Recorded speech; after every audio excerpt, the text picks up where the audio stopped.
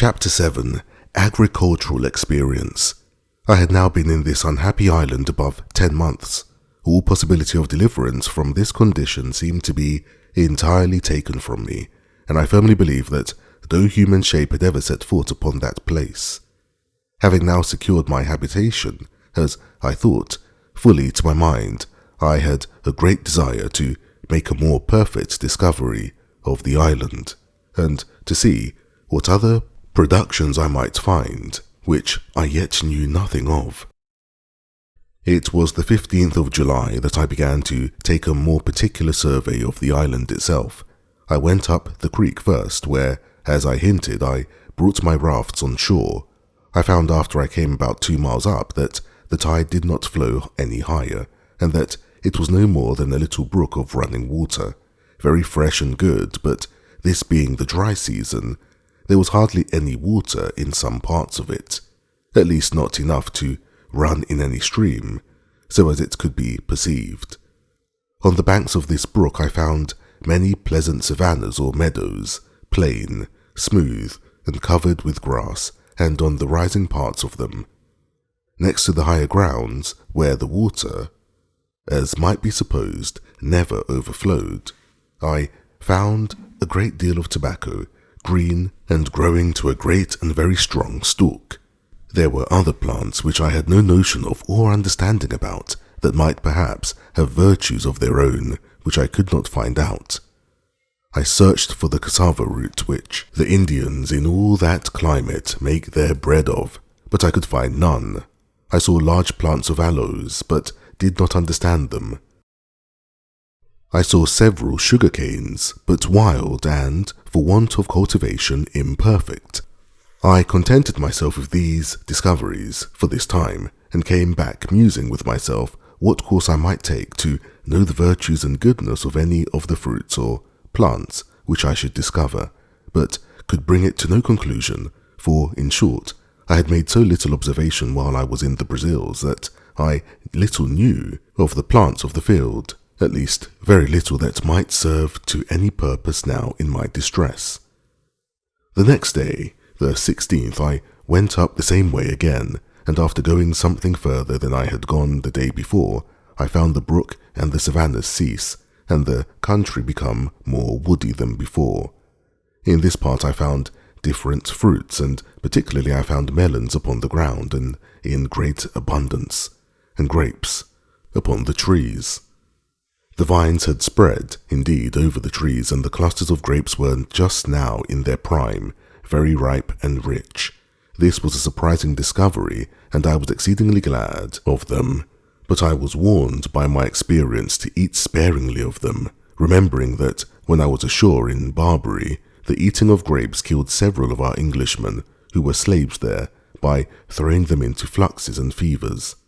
But I found an excellent use for these grapes, and that was to cure or dry them in the sun, and keep them as dried grapes or raisins are kept, which I thought would be, as indeed they were, wholesome and agreeable to eat, when no grapes could be had.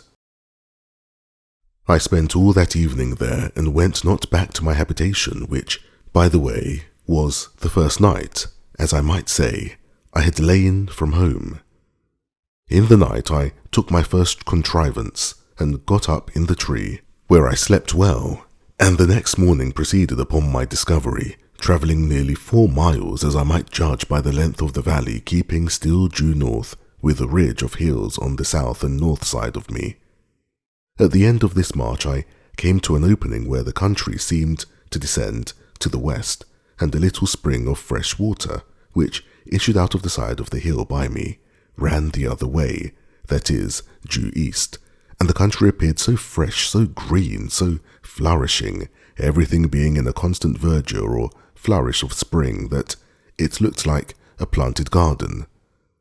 I descended a little on the side of that delicious vale, surveying it with a secret kind of pleasure, though mixed with my other afflicting thoughts, to think that this was all my own, that I was king and lord of all this country indefensibly, and had a right of possession, and if I could convey it, I might have it in inheritance as completely as any lord of a manor in England. I saw here abundance of cocoa trees, orange and lemon, and citron trees, but all wild, and very few bearing any fruit, at least not then. However, the green limes that I gathered were not only pleasant to eat, but very wholesome, and I mixed their juice afterwards with water, which made it very wholesome and very cool and refreshing. I found now I had business enough to gather and carry home, and I resolved to lay up a store as well of grapes as limes and lemons to furnish myself for the wet season, which I knew was approaching. In order to do this, I gathered a great heap of grapes in one place, a lesser heap in another place, and a great parcel of limes and lemons in another place, and taking a few of each with me, I travelled homewards, resolving to come again and bring a bag or sack, or what I could make, to carry the rest home. Accordingly, having spent 3 days in this journey, I came home, so I must now call my tent and my cave. But before I got thither, the grapes were spoiled, the richness of the fruit and the weight of the juice, having broken them and bruised them. They were good for little or nothing. As to the limes, they were good, but I could bring but a few. The next day, being the 19th, I went back, having made me 2 small bags to bring home my harvest. But I was surprised when, coming to my heap of grapes, which were so rich and fine when I gathered them, to find them all spread about, trod to pieces, and dragged about, some here, some there, and abundance eaten and devoured. But this I concluded there were some wild creatures thereabouts which had done this, but what they were I knew not. However, as I found there was no laying them up on heaps, and no carrying them away in a sack, but that one way they would be destroyed, and the other way would be crushed with their own weight, I took another course, for I gathered a large quantity of grapes and hung upon the out branches of the trees, that they might cure and dry in the sun, and as the limes and lemons I carried as many back as I could well stand under.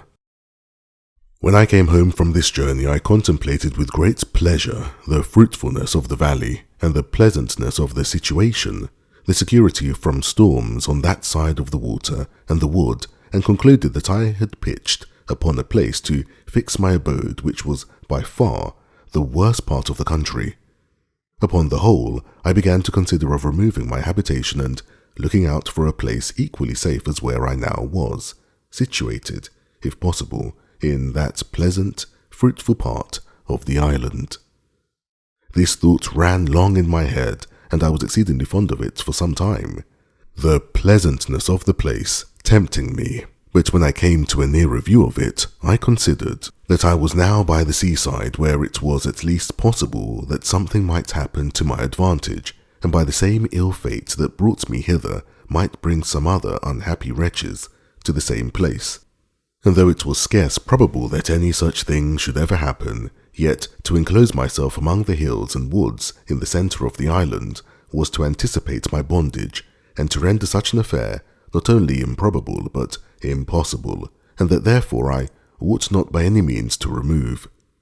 However, I was so enamoured of this place that I spent much of my time there for the whole of the remaining part of the month of July, and though upon second thoughts I resolved not to remove, yet I built me a little kind of a bower, and surrounded it at a distance with a strong fence, being a double hedge, as high as I could reach, well stalked and filled between with brushwood, and here I lay very secure, sometimes 2 or 3 nights together, always going over it with a ladder, so that I fancied now I had my country house and my sea-coast house, and this work took me up to the beginning of August. I had but newly finished my fence and began to enjoy my labour, when the rains came on and made me stick close to my first habitation, for though I had made me a tent like the other with a piece of a sail, and spread it very well, yet I had not the shelter of a hill to keep me from storms, nor a cave behind me to retreat into when the rains were extraordinary.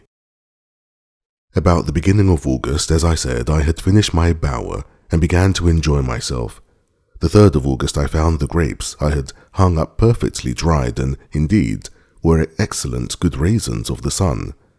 So I began to take them down from the trees, and it was very happy that I did it, for the rains which followed would have spoiled them, and I had lost the best part of my winter food, for I had above 200 large bunches of them. No sooner had I taken them all down and carried the most of them home to my cave than it began to rain, and from hence, which was the 14th of August, it rained more or less every day till the middle of October, and sometimes so violently that I could not stir out of my cave for several days. In this season I was much surprised with the increase of my family. I had been concerned for the loss of one of my cats who ran away from me, or, as I thought, had been dead, and I heard no more tidings of her till, to my astonishment, she came home about the end of August with 3 kittens.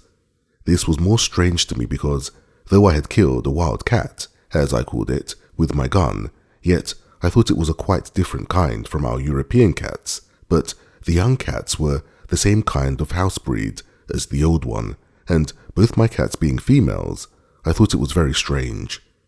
But from these 3 cats I afterwards came to be so pestered with cats that I was forced to kill them like vermin or wild beasts, and to drive them from my house as much as possible.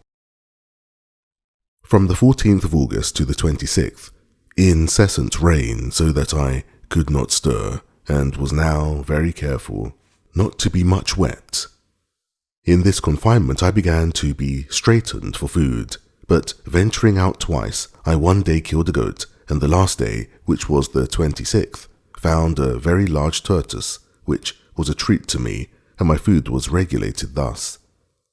I ate a bunch of raisins for my breakfast, a piece of the goat's flesh, or of the turtle for my dinner, broiled for, to my great misfortune,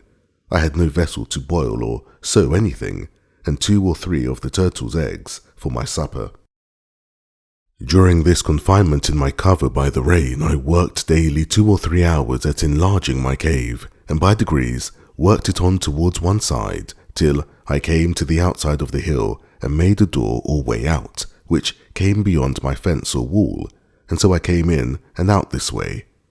But I was not perfectly easy at lying so open, for as I had managed myself before, I was in a perfect enclosure, whereas now I thought I lay exposed and open for anything to come in upon me,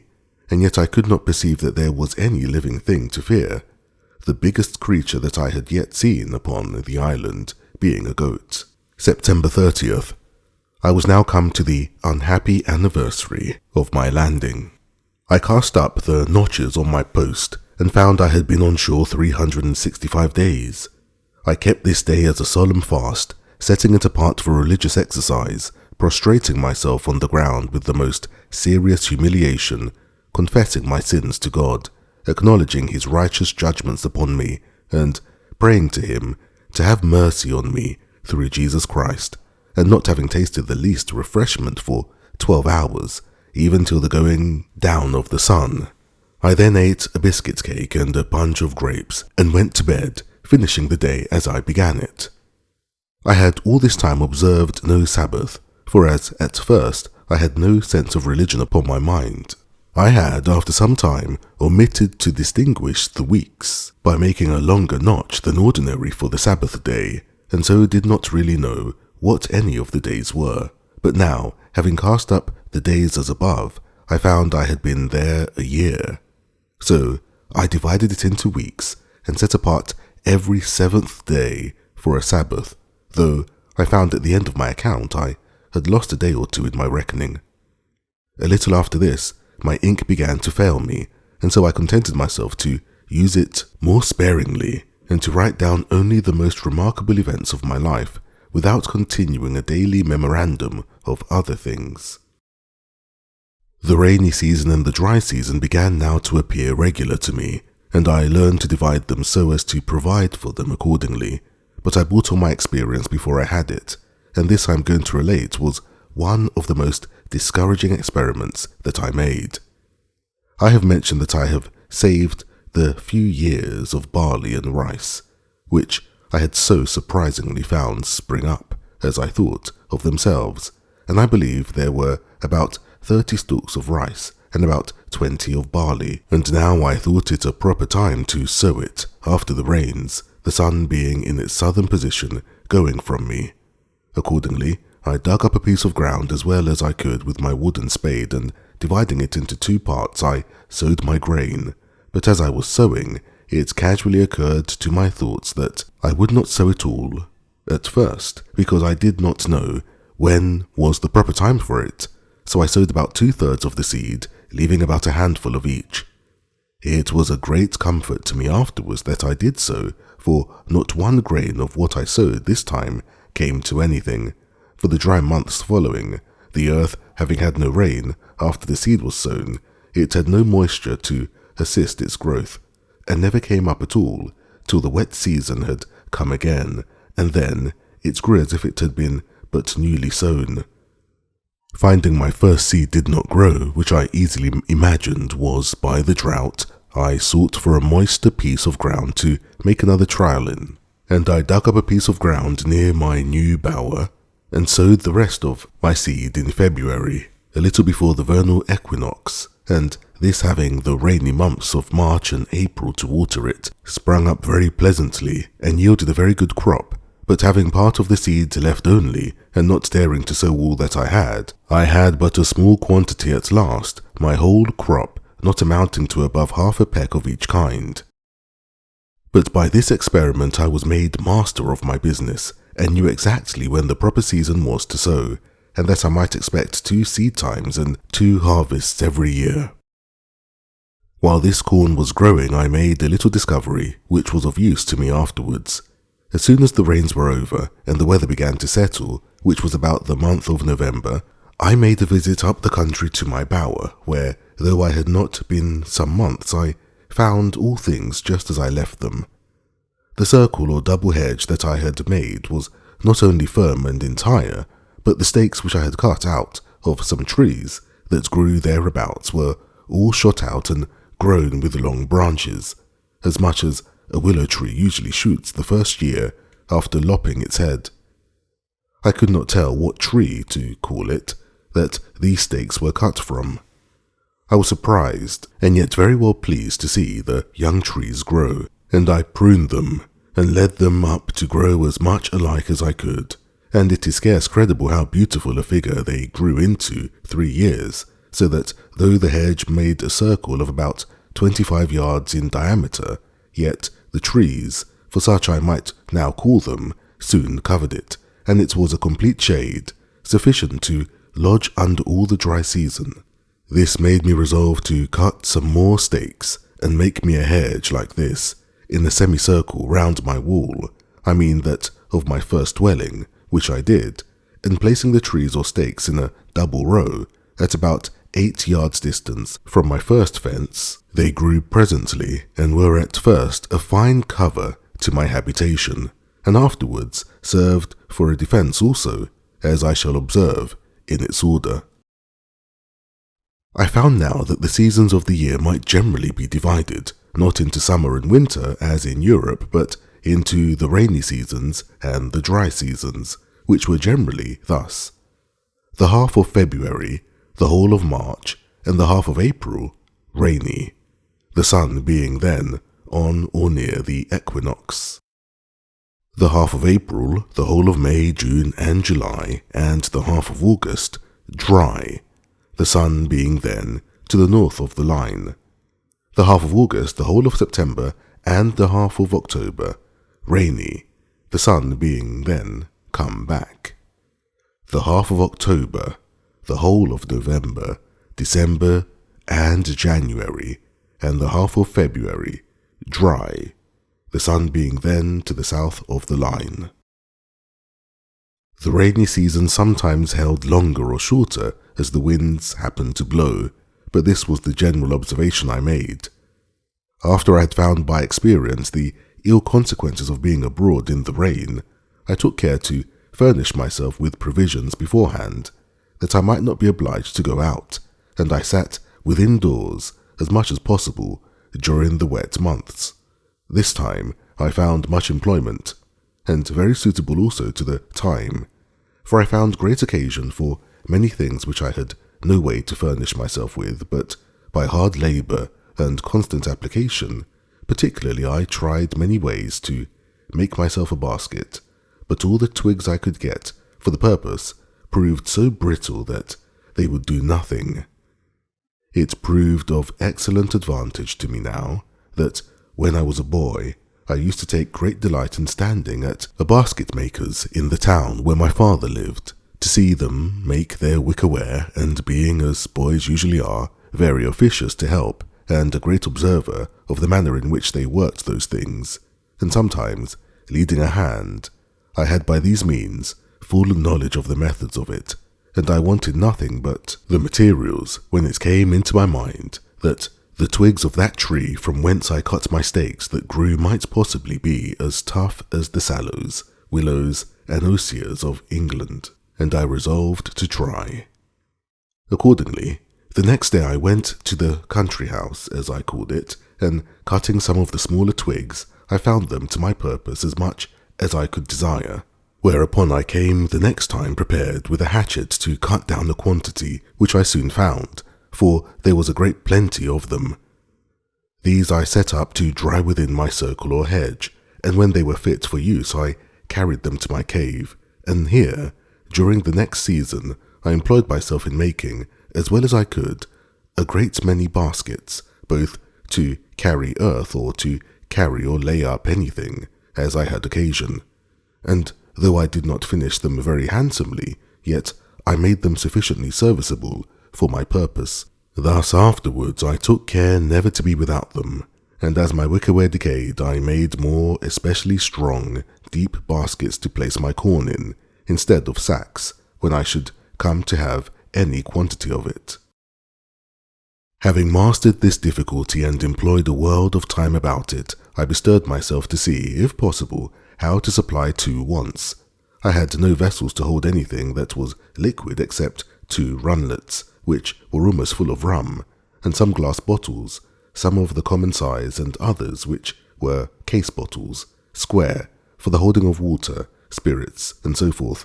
And I had not so much as a pot to boil anything, except a great kettle, which I saved out of the ship, and which was too big for such as I desired it,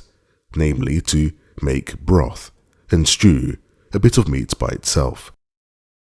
The second thing I fain would have had was a tobacco pipe, but it was impossible to me to make one. However, I found a contrivance for that too, at last. I employed myself in planting my second rows of stakes or piles, and in this wicker working all the summer or dry season, when another business took me up more time than it could be imagined I could spare. Chapter 8. Surveys his position. I mentioned before that I had a great mind to see the whole island, and that I had travelled up the brook and so on to where I built my tower, and where I had an opening quite to the sea on the other side of the island. I now resolved to travel quite across to the seashore on that side, so taking my gun, a hatchet, and my dog, and a larger quantity of powder and shot than usual, with 2 biscuit cakes and a great bunch of raisins in my pouch for my store, I began my journey. When I had passed the vale where my bower stood, as above, I came within view of the sea to the west, and it being a very clear day, I fairly descried land. Whether an island or a continent I could not tell, but it lay very high, extending from the west to the west-southwest at a very great distance, but my guess it could not be less than 15 or 20 leagues off. I could not tell what part of the world this might be, otherwise than I knew it must be part of America, and as I concluded by all my observations must be near the Spanish dominions, and perhaps was all inhabited by savages, where, if I had landed, I had been in a worse condition than I was now, and therefore I acquiesced in the dispositions of Providence, which I began now to own and to believe ordered everything for the best. I say I quieted my mind with this, and left off afflicting myself with fruitless wishes of being there.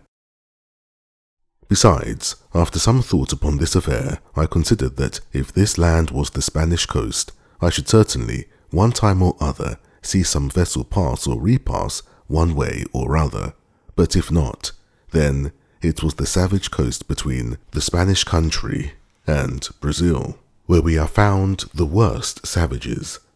for they are cannibals or men-eaters, and fail not to murder and devour all the human bodies that fall into their hands. With these considerations, I walked very leisurely forward. I found that side of the island where I now was much pleasanter than mine. The open or savanna fields sweet, adorned with flowers and grass, and full of the very fine woods. I saw abundance of parrots, and fain I would have caught one if possible, to have kept it to be tame, and taught it to speak to me. I did, after some painstaking, catch a young parrot, for I knocked it down with a stick, and, having recovered it, I brought it home, but it was some years before I could make him speak. However, at last I taught him to call me by name very familiarly, but the accident that followed, though it be a trifle, will be very diverting in this place. I was exceedingly diverted with this journey. I found in the low grounds hares, as I thought them to be, and foxes, but they differed greatly from all the other kinds I had met with, nor could I satisfy myself to eat them, though I killed several. But I had no need to be venturous, for I had no want of food, and of that which was very good too, especially these three sorts, namely goats, pigeons, and turtle or tortoise, which, added to my grapes, Leadenhall Market could not have furnished a table better than I, in proportion to the company, and though my case was deplorable enough, yet I had great cause for thankfulness that I was not driven to any extremities for food, but had rather plenty, even to dainties.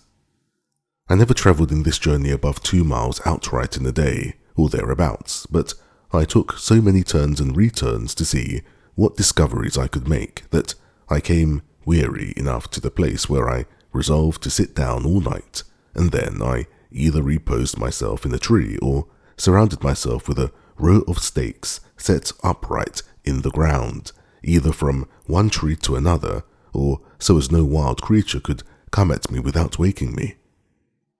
As soon as I came to the seashore, I was surprised to see that I had taken up my lot on the worst side of the island, for here, indeed, the shore was covered with innumerable turtles, whereas, on the other side, I had found but 3 in a year and a half. Here was also an infinite number of fowls of many kinds, some which I had seen, and some which I had not seen before, and many of them very good meat, but such as I knew not the names of, except those called penguins. I could have shot as many as I pleased, but was very sparing of my powder and shot, and therefore had more mind to kill a she-goat if I could, which I could better feed on, and though there were many goats here, more than on my side of the island, yet it was with much more difficulty that I could come near them, the country being flat and even, and they saw me much sooner than when I was on the hills. I confess this side of the country was much pleasanter than mine, but yet I had not the least inclination to remove, for as I was fixed in my habitation, it became natural to me, and I seemed all the while I was here to be as it were upon a journey, and from home. However, I travelled along the shore of the sea towards the east, I suppose about 12 miles, and then setting up a great pole upon the shore for a mark, I concluded I would go home again, and that the next journey I took should be on the other side of the island, east from my dwelling, and so round till I came to my post again. I took another way to come back than that I went, thinking I could easily keep all the island so much in my view that I could not miss finding my first dwelling by viewing the country, but I found myself mistaken, for being come about 2 or 3 miles, I found myself descended into a very large valley, but so surrounded with hills, and those hills covered with wood, that I could not see which was my way by any direction, but that of the sun, nor even then, unless I knew very well the position of the sun at that time of the day. It happened, to my further misfortune, that the weather proved hazy for 3 or 4 days while I was in the valley, and not being able to see the sun, I wandered about very uncomfortably, and at last was obliged to find the seaside, look for my post, and come back the same way I went, and then, by easy journeys, I turned homeward, the weather being exceedingly hot, and my gun, ammunition, hatchet, and other things very heavy. In this journey my dog surprised a young kid, and seized upon it, and I, running in to take hold of it, caught it, and saved it alive from the dog. I had a great mind to bring it home if I could, for I had often been musing whether it might not be possible to get a kid or two, and so raise a breed of tame goats which might supply me when my powder and shot should be all spent. I made a collar for this little creature, and with a string, which I made of some rope yarn, which I always carried with me, I led him along, though with some difficulty, till I came to my bower, and there I enclosed him and left him, for I was very impatient to be at home, from whence I had been absent above a month. I cannot express what a satisfaction it was to me to come into my old hutch and lie down in my hammock bed. This little wandering journey, without settled place of abode, had been so unpleasant to me that my own house, as I called it to myself, was a perfect settlement to me compared to that, and it rendered everything about me so comfortable that I resolved I would never go a great way from it again, while it should be my lot to stay on the island. I reposed myself here a week to rest and regale myself after my long journey, during which most of the time was taken up in the weighty affair of making a cage for my Pole, who began now to be a mere domestic and to be well acquainted with me. Then I began to think of the poor kid which I had penned in within my little circle, and resolved to go and fetch it home, or give it some food. Accordingly I went, and found it where I left it, for indeed it could not get out, but was almost starved for want of food.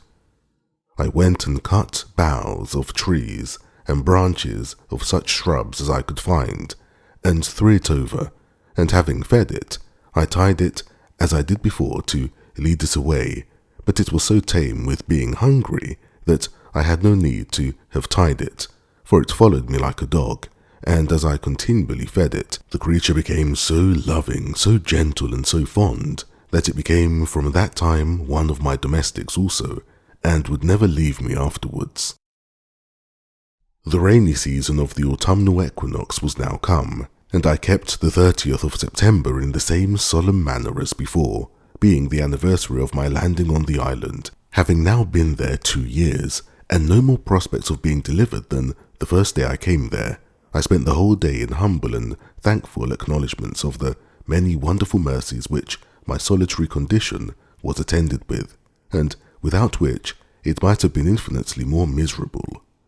I gave humble and hearty thanks to God, that God had been pleased to discover me, that it was possible I might be more happy in his solitary condition than I should have been in the liberty of society, and in all the pleasures of the world, that he could fully make up to me the deficiencies of my solitary state, and the want of human society, by his presence and the communications of his grace to my soul, supporting, comforting, and encouraging me to depend upon his providence here, and hope for his eternal presence hereafter. It was now that I began sensibly to feel how much more happy this life I now led was, and with all its miserable circumstances, than the wicked, cursed, abominable life I led all the past part of my days. And now I changed both my sorrows and my joys, my very desires altered, my affections changed their gusts, and my delights were perfectly new from what they were at my first coming, or indeed for the first 2 years past. Before, as I walked about either on my hunting or for viewing the country, the anguish of my soul at my condition would break out upon me on a sudden, and my very heart would die within me. To think of the woods, the mountains, the deserts I was in, and how I was a prisoner locked up with the eternal bars and bolts of the ocean in an uninhabited wilderness without redemption. In the midst of the greatest composure of my mind, this would break out upon me like a storm, and make me wring my hands and weep like a child. Sometimes it would take me in the middle of my work, and I would immediately sit down and sigh and look upon the ground for an hour or two together, and this was still worse to me, for if I could burst into tears or vent myself by words, it would go off, and the grief, having exhausted itself, would abate. But now I began to exercise myself with new thoughts. I daily read the Word of God and applied all the comforts of it to my present state. One morning, being very sad, I opened the Bible upon these words, "I will never, never leave thee, nor forsake thee." Immediately it occurred that these words were to me. Why else should they be directed in such a manner? Just at that moment when I was mourning over my condition as one forsaken of God and man.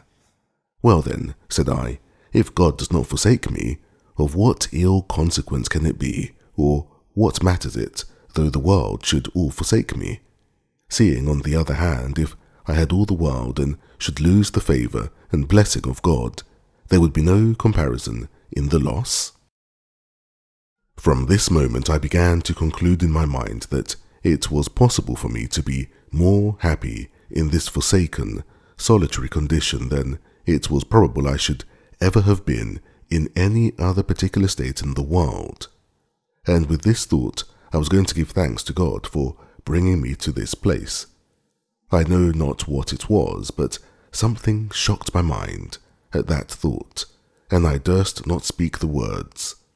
"How canst thou become such a hypocrite," said I, even audibly, "to pretend to be thankful for a condition which, however thou mayest endeavour to be contented with, thou wouldst rather play heartily to be delivered from?" So I stopped there, but though I could not say I thanked God for being there, yet I sincerely gave thanks to God for opening my eyes, by whatever afflicting providences, to see the former condition of my life and to mourn for my wickedness and repent. I never opened the Bible or shut it, but my very soul within me blessed God for directing my friend in England, without any order of mine, to pack it up among my goods, and for assisting me afterwards to save it out of the wreck of the ship. Thus, and in this disposition of mind, I began my 3rd year, and though I have not given the reader the trouble of so particular an account of my works, this year as the first, yet in general it may be observed that I was very seldom idle, but having regularly divided my time according to the several daily employments that were before me, such as, first, my duty to God, and my reading the Scriptures, which I constantly set apart some time for thrice every day. Secondly, the going abroad with my gun for food, which generally took me up 3 hours in every morning when it did not rain. Thirdly, the ordering, cutting, preserving, and cooking what I had killed or caught for my supply. These took up a great part of the day.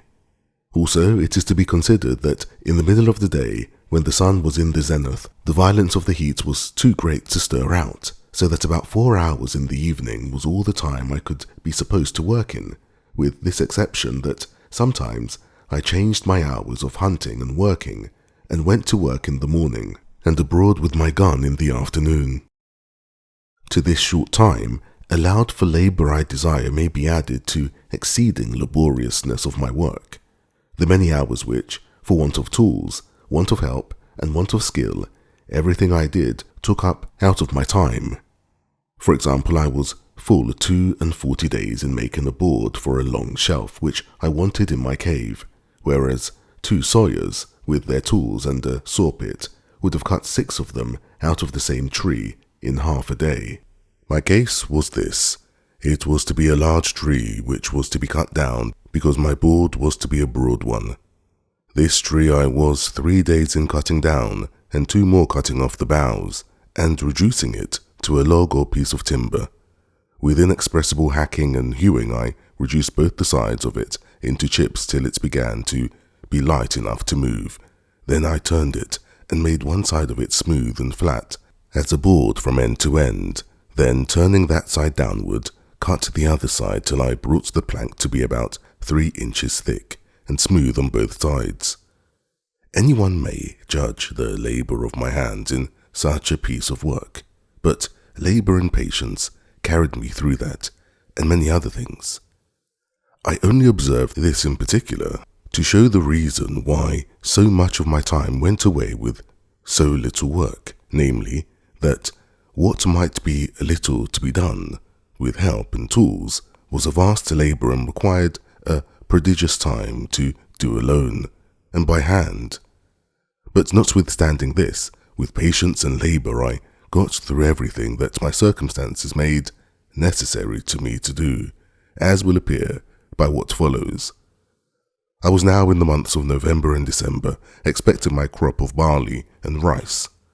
The ground I had manured and dug up for them was not great, for, as I observed, my seed of each was not above the quantity of half a peck, for I had lost one whole crop by sowing in the dry season. But now my crop promised very well, when, on a sudden, I found I was in danger of losing it all again by enemies of several sorts, which it was scarcely possible to keep from it, as first the goats and wild creatures which I called hares, who, tasting the sweetness of the blade, lay in it night and day as soon as it came up, and ate it so close that it could get no time to shoot up into stalk. This I saw no remedy for but by making an enclosure about it with a hedge, which I did with a great deal of toil, and the more because it required speed. However, as my arable land was but small, suited to my crop, I got it totally well fenced in about 3 weeks' time, and shooting some of the creatures in the daytime, I set my dog to guard it in the night, tying him up to a stake at the gate, where he would stand and bark all night long. So, in a little time the enemies forsook the place, and the corn grew very strong and well, and began to ripen apace. But as the beasts ruined me before, while my corn was in the blade, so the birds were as likely to ruin me now, when it was in the ear, for,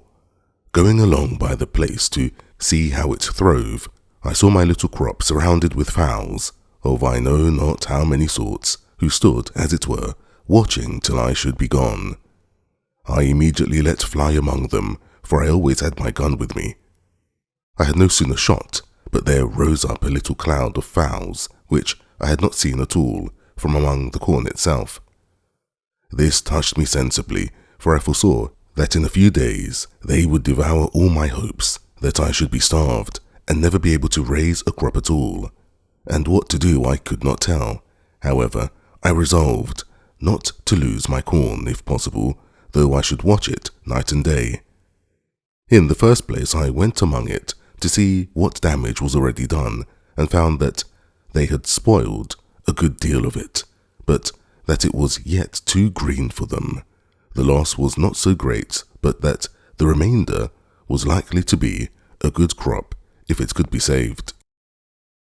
I stayed by it to load my gun, and then coming away, I could easily see the thieves sitting upon all the trees about me, as if they only waited till I was gone away, and in the event it proved to be so, for as I walked off, as if I was gone, I was no sooner out of their sight than they dropped down one by one into the corn again. I was so provoked that I could not have patience to stay till more came on, knowing that every grain that they ate now was, as it might be said, a peck loaf to me in the consequence. But coming up to the hedge, I fired again and killed 3 of them. This was what I wished for, so I took them up and served them as we serve notorious thieves in England, hanged them in chains for a terror to others. It is impossible to imagine that this should have had such an effect as it had, for the fowls would not only come up at the corn, but, in short, they forsook all that part of the island, and I could never see a bird near the place as long as my scarecrows hung there. This I was very glad of, you may be sure, and about the latter end of December, which was our second harvest of the year, I reaped my corn. I was sadly put to it for a scythe or sickle to cut it down, and all I could do was to make one, as well as I could, out of one of the broadswords or cutlasses which I saved among the arms out of the ship. However, as my first crop was but small, I had no great difficulty to cut it down. In short, I reaped it in my way, for I cut nothing off but the ears and carried it away in a great basket which I had made, and so rubbed it out with my hands. And at the end of all my harvesting, I found that out of my half peck of seed, I had near 2 bushels of rice and about 2 bushels and a half of barley. That is to say, by my guess, for I had no measure at that time. However, this was a great encouragement to me, and I foresaw that, in time, it would please God to supply me with bread. And yet here I was perplexed again, for I neither knew how to grind or make meal of my corn, or indeed how to clean it and part it, nor, if made into meal, how to make bread of it, and if how to make it, yet I knew not how to bake it. These things being added to my desire of having a good quantity for store, and to secure a constant supply, I resolved not to taste any of this crop, but to preserve it all for seed against the next season, and in the meantime to employ all my study and hours of working to accomplish this great work of providing myself with corn and bread. It might be truly said that now I worked for my bread. I believe few people have thought much upon the strange multitude of little things necessary in the providing, producing, curing, dressing, making, and finishing this one article of bread. I, that was reduced to a mere state of nature, found this to my daily discouragement, and was made more sensible of it every hour, even after I had got the first handful of seed corn, which, as I have said, came up unexpectedly, and indeed to a surprise. First, I had no plough to turn up the earth, no spade or shovel to dig. Well, this I conquered by making me a wooden spade, as I observed before. But this did my work, but in a wooden manner, and though it cost me a great many days to make it, yet, for want of iron, it not only wore out soon, but made my work the harder, and made it be performed much worse. However, this I bore with, and was content to work it out with patience, and bear with the badness of the performance. When the corn was sown, I had no harrow, but was forced to go over it myself, and drag a great heavy bough of a tree over it, to scratch it, as it may be called, rather than rake or harrow it.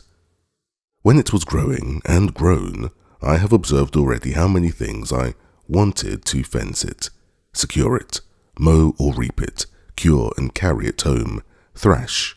part it from the chaff, and save it. Then I wanted a mill to grind it, sieves to dress it, yeast and salt to make it into bread, and an oven to bake it. But all these things I did without, as shall be observed, and yet the corn was an inestimable comfort and advantage to me too. All this, as I said, made everything laborious and tedious to me, but that there was no help for. Neither was my time so much lost to me, because, as I had divided it, a certain part of it was every day appointed to these works, and as I had resolved to use none of the corn for bread till I had a greater quantity by me, I had the next 6 months to apply myself wholly, by labour and invention, to furnish myself with utensils proper for the performing all the operations necessary for making the corn, when I had it, fit for my use. Chapter 9. A Boat. But first I was to prepare more land, for I had now seed enough to sow above an acre of ground. Before I did this I had a week's work at least to make me a spade, which, when it was done, was but a sorry one indeed, and very heavy, and required double labour to work with it. However, I got through that, and sowed my seed in 2 large flat pieces of ground, as near my house as I could find them to my mind, and fenced them in with a good hedge, the stakes of which were all cut off that wood which I had set before, and knew it would grow, so that in a year's time I knew I should have a quick or living hedge, that would want but little repair. This work did not take me up less than 3 months, because a great part of that time was the wet season when I could not go abroad. Within doors, that is, when it rained, I could not go out. I found employment in the following occupations, always observing that all the while I was at work I diverted myself with talking to my parrot and teaching him to speak, and I quickly taught him to know his own name, and at last to speak it out pretty loudly, Paul, which was the first word I ever heard spoken in the island by any mouth but my own. This, therefore, was not my work, but an assistance to my work, for now, as I said, I had great employment upon my hands, as follows. I had long studied to make, by some means or other, some earthen vessels which, indeed, I wanted sorely, but knew not where to come at them. However, considering the heat of the climate, I did not doubt but if I could find out any clay, I might make some pots that might, being dried in the sun, be hard enough and strong enough to bear handling, and to hold anything that was dry, and required to be kept so. And as this was necessary in the preparing corn, meal, and so forth, which was the thing I was doing, I resolved to make some as large as I could, and fit only to stand like jars, to hold what should be put in them. It would make the reader pity me, or rather laugh at me, to tell how many awkward ways I took to raise this paste, what odd, misshapen, ugly things I made, how many of them fell in and how many fell out, the clay not being stiff enough to bear its own height, how many cracked by the over-violent heat of the sun, being set out too hastily, and how many fell in pieces with only removing, as well as before as after they were dried, and in a word, how, after having laboured hard to find the clay, to dig it, to temper it, to bring it home, and work it, I could not make above 2 large earthen ugly things, I cannot call them jars, in about 2 months of labour. However, as the sun baked these very 2 dry and hard, I lifted them very gently up and set them down again in 2 great wicker baskets, which I had made on purpose for them, that they might not break, and as between the pot and the basket there was a little room to spare, I stuffed it full of rice and barley straw, and these 2 pots being on stand or always dry, I thought would hold my dry corn, and perhaps the meal when the corn was bruised. Though I miscarried so much in my design for large pots, yet I made several smaller things with better success, such as little round pots, flat dishes, pitchers and pipkins, and any things my hand turned to, and the heat of the sun baked them quite hard. But all this would not answer my end, which was to get an earthen pot to hold what was liquid and bear the fire, which none of these could do. It happened after some time making a pretty large fire for cooking my meat, when I went to put it out after I had done with it, I found a broken piece of one of my earthenware vessels in the fire, burnt as hard as a stone and red as a tile. I was agreeably surprised to see it, and said to myself that certainly they might be made to burn whole, if they would burn broken. This set me to study how to order my fire, so as to make it burn some pots. I had no notion of a kiln, such as the potters burn in, or of glazing them with lead, though I had some lead to do it with, but I placed 3 large pipkins and 2 or 3 pots in a pile, one upon another, and placed my firewood all around it, with a great heap of embers under them. I plied the fire with fresh fuel round the outside and upon the top, till I saw the pots in the inside red hot quite through, and observed that they did not crack at all. When I saw them clear red, I let them stand in that heat about 5 or 6 hours, till I found one of them, though it did not crack, did melt or run, for the sand which was mixed with the clay melted by the violence of the heat, and would have run into glass if I had gone on. So I slacked my fire gradually, till the pots began to abate of the red colour, and watching them all night, that I might not let the fire abate too fast, in the morning I had 3 very good, I will not say handsome, pipkins, and 2 other earthen pots as hard burnt as could be desired, and one of them perfectly glazed with the running of the sand. After this experiment, I need not say that I wanted no sort of earthenware for my use, but I must needs say, as to the shapes of them, they were very indifferent, as anyone may suppose, when I had no way of making them, but as the children make dirt pies, or as a woman should make pies that never learned to raise paste. No joy at a thing of so mean a nature was ever equal to mine, when I found I had made an earthen pot that would bear the fire, and I had hardly patience to stay till they were cold before I set one on the fire again, with some water on it to boil me some meat, which it did admirably well, and with a piece of kid I made some very good broth, though I wanted oatmeal, and several other ingredients requisite to make it as good as I would have had it been. My next concern was to get me a stone mortar to stamp or beat some corn in, for as to the mill, there was no thought of arriving at that perfection of art with one pair of hands. To supply this want, I was at a great loss, for of all the trades in the world, I was as perfectly unqualified for a stone cutter as for any whatever, neither had I any tools to go about it with. I spent many a day to find out a great stone, big enough to cut hollow and make fit for a mortar, and could find none at all except what was in the solid rock, and which I had no way to dig or cut out, nor indeed were the rocks to the island of hardness sufficient, but were all of a sandy, crumbling stone, which neither would bear the weight of a heavy pestle, nor would break the corn without filling it with sand.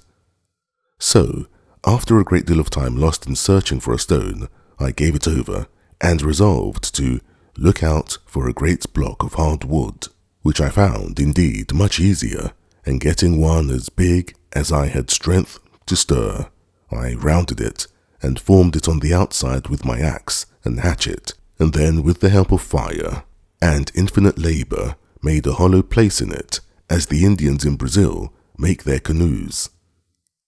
After this I made a great heavy pestle or beater of the wood called the iron wood, and this I prepared and laid by against I had my next crop of corn, which I proposed to myself to grind, or rather pound into meal, to make bread.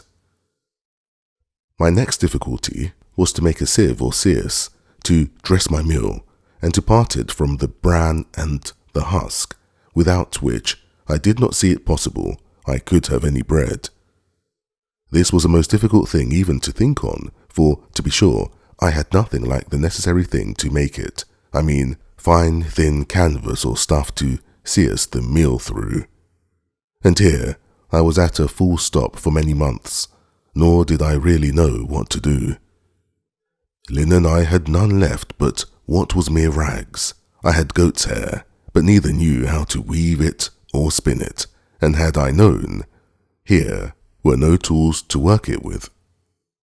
All the remedy that I found for this was that at last I did remember I had, among the seamen's clothes which were saved out of the ship, some neckcloths of calico or muslin, and with some pieces of these I made 3 sieves, proper enough for the work, and thus I made shift for some years. How I did afterwards, I shall show in its place.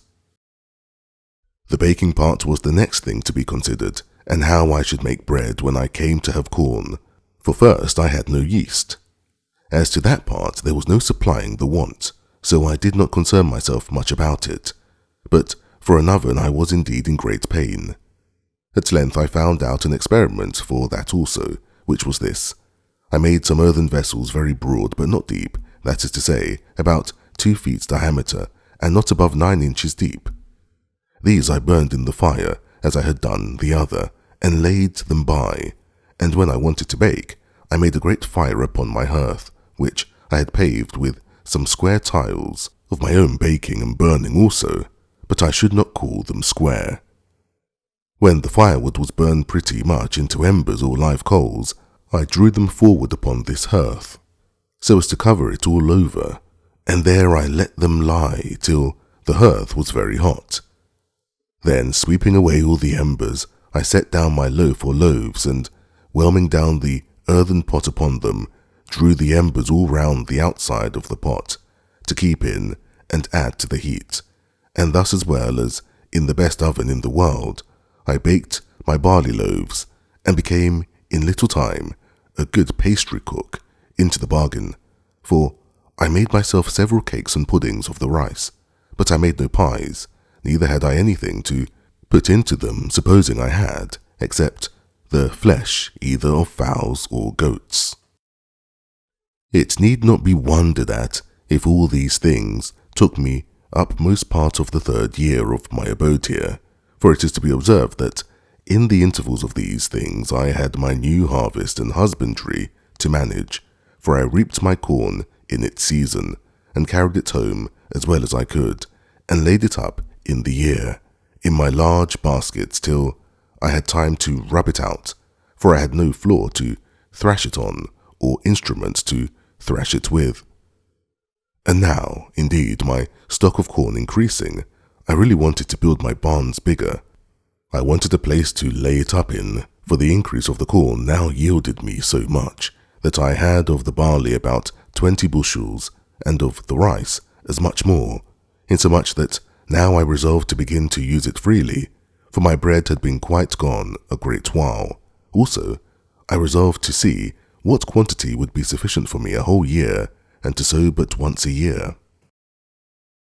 Upon the whole, I found that the 40 bushels of barley and rice were much more than I could consume in a year, so I resolved to sow just the same quantity every year that I sowed the last, in hopes that such a quantity would fully provide me with bread, and so forth. All the while these things were doing, you may be sure my thoughts ran many times upon the prospect of land which I had seen from the other side of the island, and I was not without secret wishes that I were on shore there, fancying that, seeing the mainland and an inhabited country, I might find some way or other to convey myself further, and perhaps, at last, find some means of escape.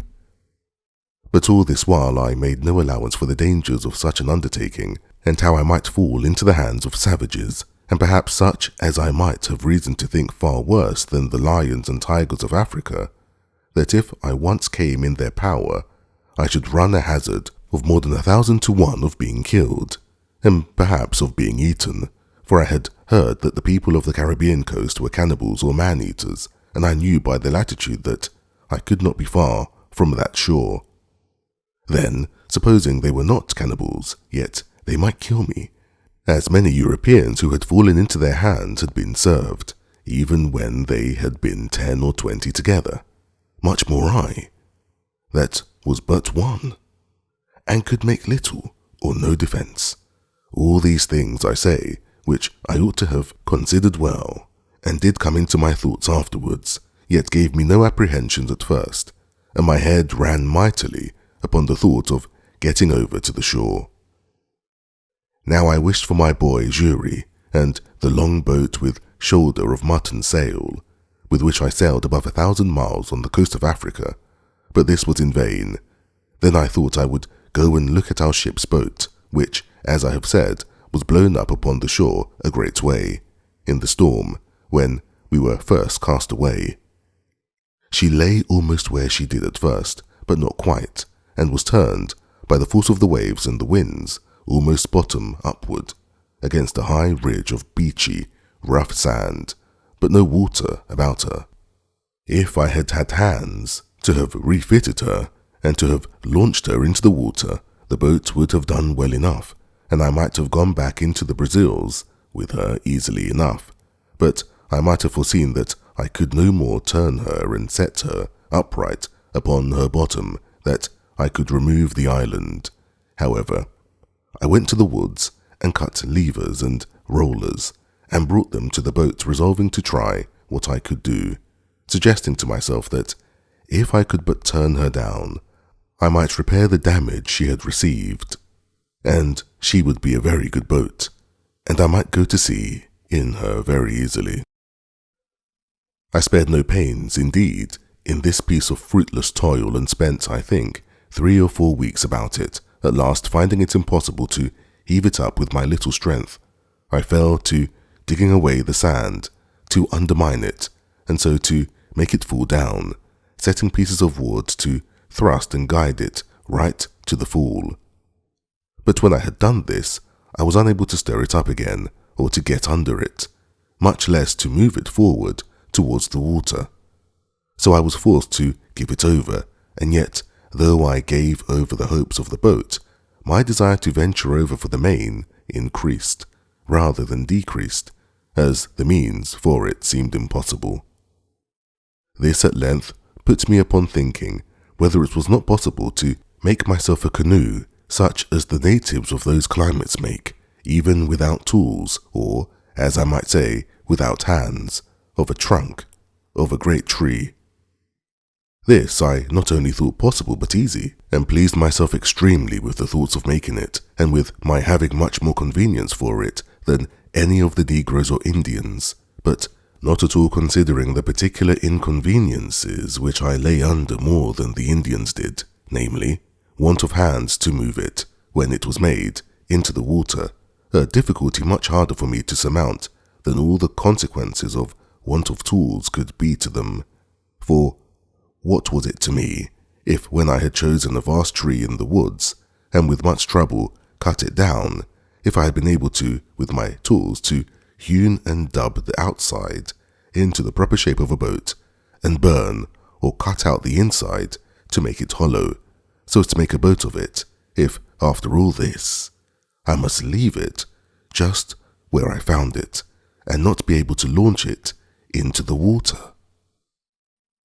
One would have thought I could have had the least reflection upon my mind of my circumstances while I was making this boat, but I should have immediately thought how I should get it into the sea, but the thoughts were so intent upon my voyage over the sea in it, that I never once considered how I should get it off the land, and it was really, in its own nature, more easy for me to guide it over 45 miles of sea than about 45 fathoms of land, where it lay, to set it afloat in the water. I went to work upon this boat the most like a fool that ever man did who had any of his senses awake. I pleased myself with the design without determining whether I was ever able to undertake it. Not but that the difficulty of launching my boat came often into my head, but I put a stop to my inquiries into it by this foolish answer which I gave myself: let me first make it, I warrant I will find some way or other to get it along when it is done. This was a most preposterous method, but the eagerness of my fancy prevailed, and to work I went. I felled a cedar tree, and I question whether Solomon ever had such a one for the building of the Temple of Jerusalem. It was 5 feet 10 inches diameter at the lower part, next to the stump, and 4 feet 11 inches diameter at the end of 22 feet, after which it lessened for a while, and then parted into branches. It was not without infinite labour that I felled this tree.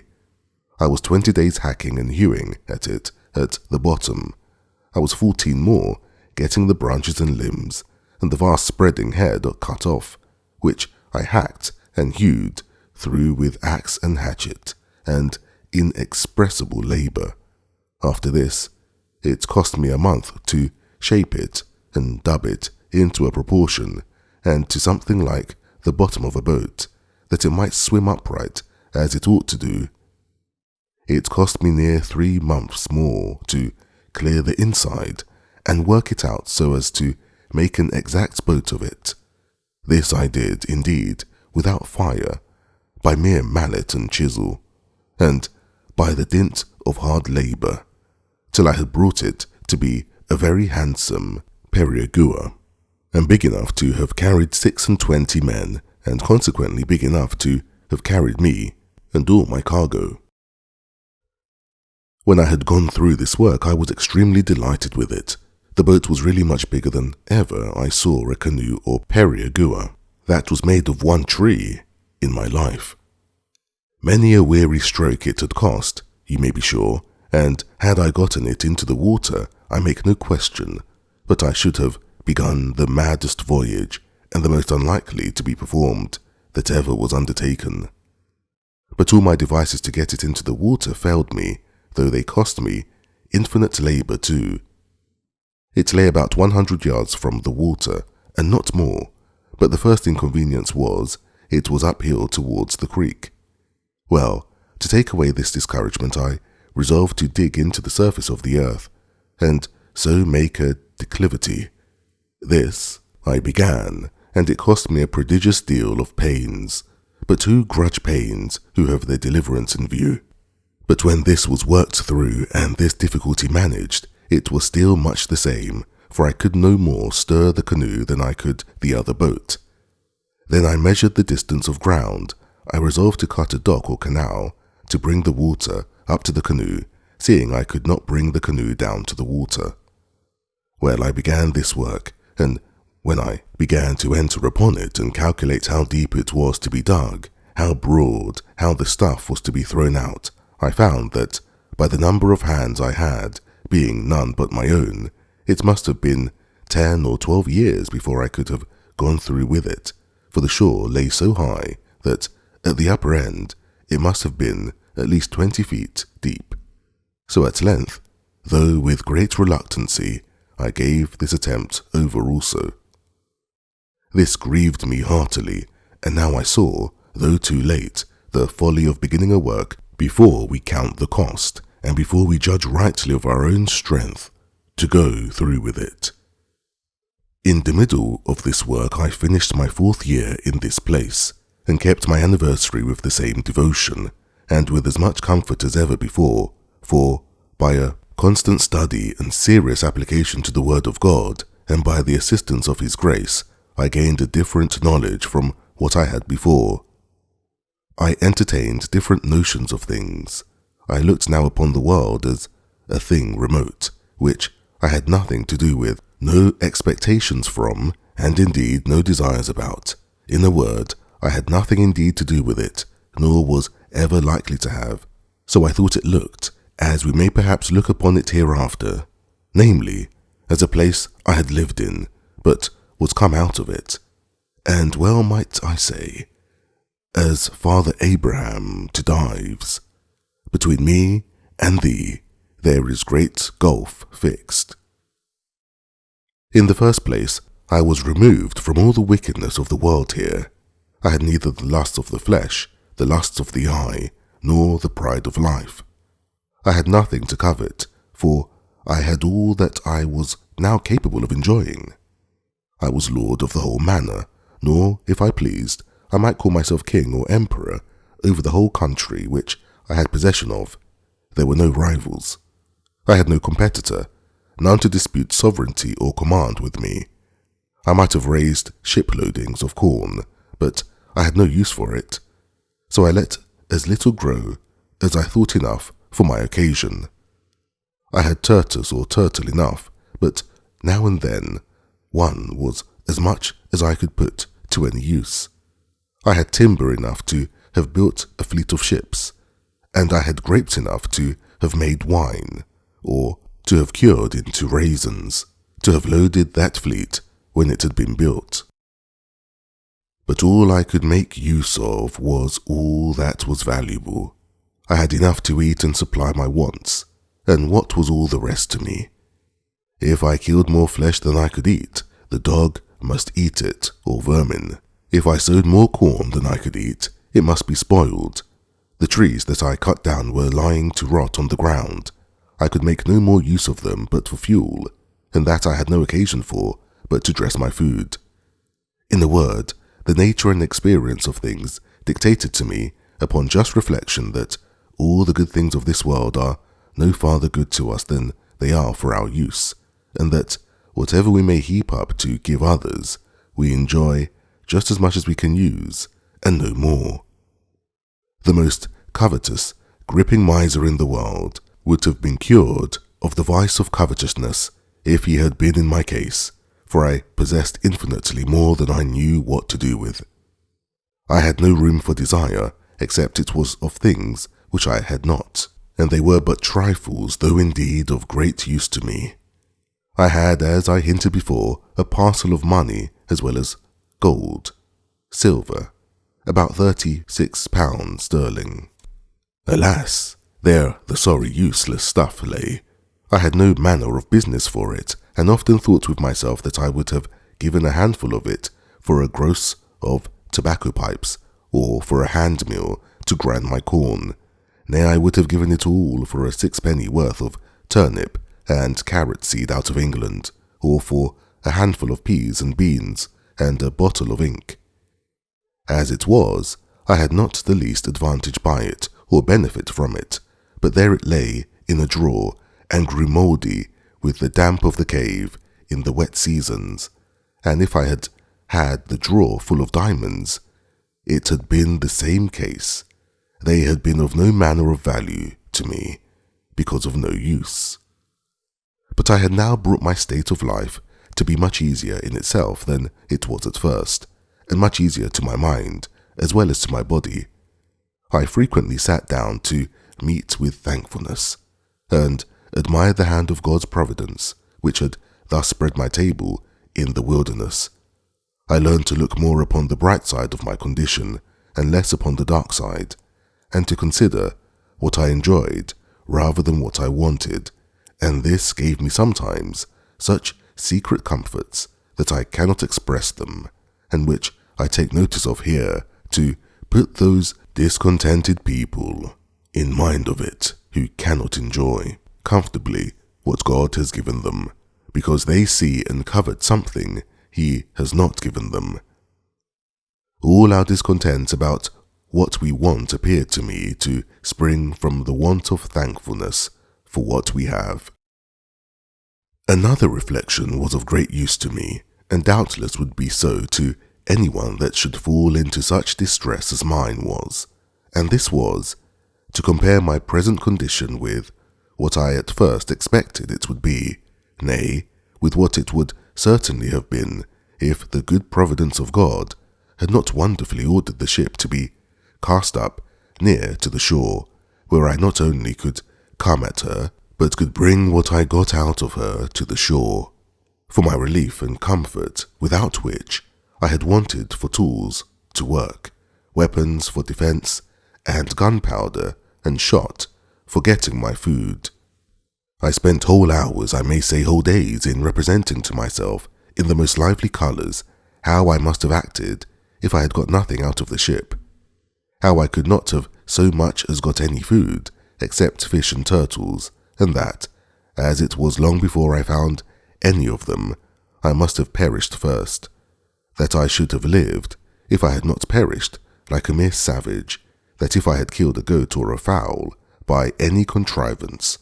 I had no way to flay or open it, or part the flesh from the skin and the bowels, or to cut it up, but must gnaw it with my teeth and pull it with my claws like a beast. These reflections made me very sensible of the goodness of Providence to me, and very thankful for my present condition, with all its hardships and misfortunes, and this part also I cannot but recommend to the reflection of those who are apt, in their misery, to say, "Is any affliction like mine?" Let them consider how much worse the cases of some people are, and their case might have been, if Providence had thought fit. I had another reflection, which assisted me also to comfort my mind with hopes, and this was comparing my present situation with what I had deserved, and had therefore reason to expect from the hand of Providence. I had lived a dreadful life, perfectly destitute of the knowledge and fear of God. I had been well instructed by father and mother, neither had they been wanting to me, to their early endeavours, to infuse a religious awe of God into my mind, a sense of my duty and what the nature and end of my being required of me. But alas, falling early into the seafaring life, which of all lives is the most destitute of the fear of God, though his terrors are always before them, I say, falling early into the seafaring life, and into seafaring company, all that little sense of religion which I had entertained was laughed out of me by my messmates, by a hardened despising of dangers and the views of death, which grew habitual to me by my long absence from all manner of opportunities to converse with anything but what was like myself, or to hear anything that was good or tended towards it. So void was I of everything that was good, or at least sense of what I was, or was to be, that in the greatest deliverances I enjoyed, such as my escape from Salé, my being taken up by the Portuguese master of the ship, my being planted so well in the Brazils, my receiving the cargo from England and the like, I never had once the words, thank God, so much as on my mind, or in my mouth, nor in the greatest distress had I so much as a thought to pray to him, or so much as to say, Lord, have mercy upon me. No, nor to mention the name of God, unless it was to swear by and blaspheme it. I had terrible recollections upon my mind for many months, as I have already observed, on account of my wicked and hardened past life, and when I looked about me and considered what particular providences had attended me since my coming into this place, and how God had dealt bountifully with me, had not only punished me less than my iniquity had deserved, but had so plentifully provided for me, this gave me great hopes that my repentance was accepted, and that God had yet mercy in store for me. With these reflections I worked my mind up, not only into a resignation to the will of God in the present disposition of my circumstances, but even to a sincere thankfulness for my condition, and that I, who was yet a living man, ought not to complain, seeing I had not the due punishment of my sins, and that I enjoyed so many mercies, which I had no reason to have expected in that place, that I ought never more to repine at my condition, but to rejoice and to give daily thanks for that daily bread, which nothing but a crowd of wonders could have brought, that I ought to consider I had been fed even by a miracle, even as great as that of feeding Elijah by ravens, nay, by a long series of miracles, and that I could hardly have named a place in the uninhabitable part of the world where I could have been cast more to my advantage, a place where, as I had no society, which was my affliction on one hand, so I had no ravenous beasts, no furious wolves and tigers to threaten my life, no venomous creatures or poisons which I might feed on to my hurt, no savages to murder and devour me. In a word, as my life was a life of sorrow one way, so it was a life of mercy another, and I wanted nothing to make it a life of comfort, but to be able to make my sense of God's goodness to me and care over me in this condition be my daily consolation. And after I did make a just improvement on these things, I went away and was no more sad. I had now been here so long that many things which I had brought on shore for my help were either quite gone or very much wasted and near spent. My ink, as I observed, had been gone some time, all but a very little, which I eked out with water, a little and a little, till it was so pale it scarce left any appearance of black upon the paper. As long as it lasted I made use of it to minute down the days of the month on which any remarkable thing happened to me, and first, by casting up times past, I remembered that there was a strange concurrence of days in the various providences which befell me, and which, if I had been superstitiously inclined to observe days as fatal or fortunate, I might have had reason to have looked upon with a great deal of curiosity. First, I had observed that the same day I broke away from my father and friends and ran away to Hull in order to go to sea, the same day afterwards I was taken by the Salé man of war and made a slave, the same day of the year that I escaped out of the wreck of that ship in Yarmouth Roads. That same day, year afterwards, I made my escape from Salé in a boat, the same day of the year I was born on, namely, the 30th of September. That same day I had my life so miraculously saved, 26 years after, when I was cast on shore in this island, so that my wicked life and my solitary life began both on a day. The next thing to my ink being wasted was that of my bread, I mean the biscuit which I brought out of the ship. This I had husbanded to the last degree, allowing myself but one cake of bread a day for above a year, and yet I was quite without bread for near a year before I got any corn of my own, and great reason I had to be thankful that I had any at all, the getting it being, as has been already observed, next to miraculous. My clothes, too, began to decay. As to linen, I had had none a good while, except some checkered shirts which I found in the chests of the other seamen, and which I carefully preserved, because many times I could bear no other clothes on but a shirt, and it was a very great help to me that I had, among all the men's clothes of the ship, almost 3 dozens of shirts.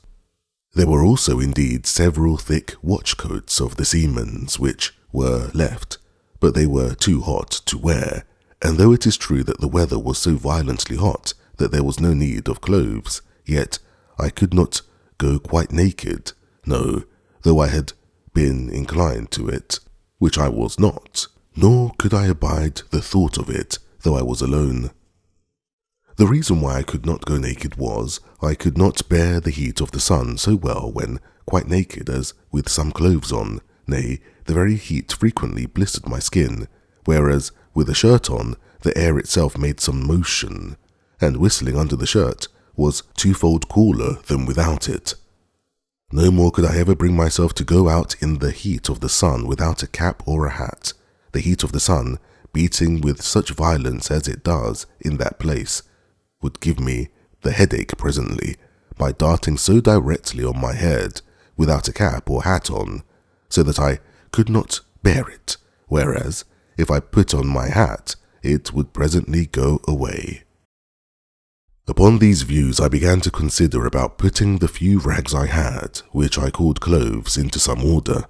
I had worn out all the waistcoats I had, and my business was now to try if I could not make jackets out of the great watchcoats which I had by me, and with some other such materials as I had. So I set to work, tailoring, or rather indeed, botching, for I made most piteous work of it. However, I made shift to make 2 or 3 new waistcoats, which I hoped would serve me a great while. As for breeches or drawers, I made but a very sorry shift indeed, till afterwards. I have mentioned that I saved the skins of all the creatures that I killed, I mean 4-footed ones, and I had hung them up, stretched out with sticks in the sun, by which means some of them were so dry and hard that they were fit for little, but others were very useful. The first thing I made of these was a great cap for my head, with the hair on the outside, to shoot off the rain, and this I performed so well that after I made me a suit of clothes wholly of these skins, that is to say, a waistcoat and breeches open at the knees, and both loose, for they were rather wanting to keep me cool than to keep me warm. I must not omit to acknowledge that they were wretchedly made, for if I was a bad carpenter, I was a worse tailor. However, they were such as I made very good shift with, and when I was out, if it happened to rain, the hair of my waistcoat and cap being outermost, I was kept very dry. After this, I spent a great deal of time and pains to make an umbrella. I was indeed in great want of one, and had a great mind to make one. I had seen them made in the Brazils, where they were very useful in the great heats there, and I felt the heats every jot, as great as here, and greater too,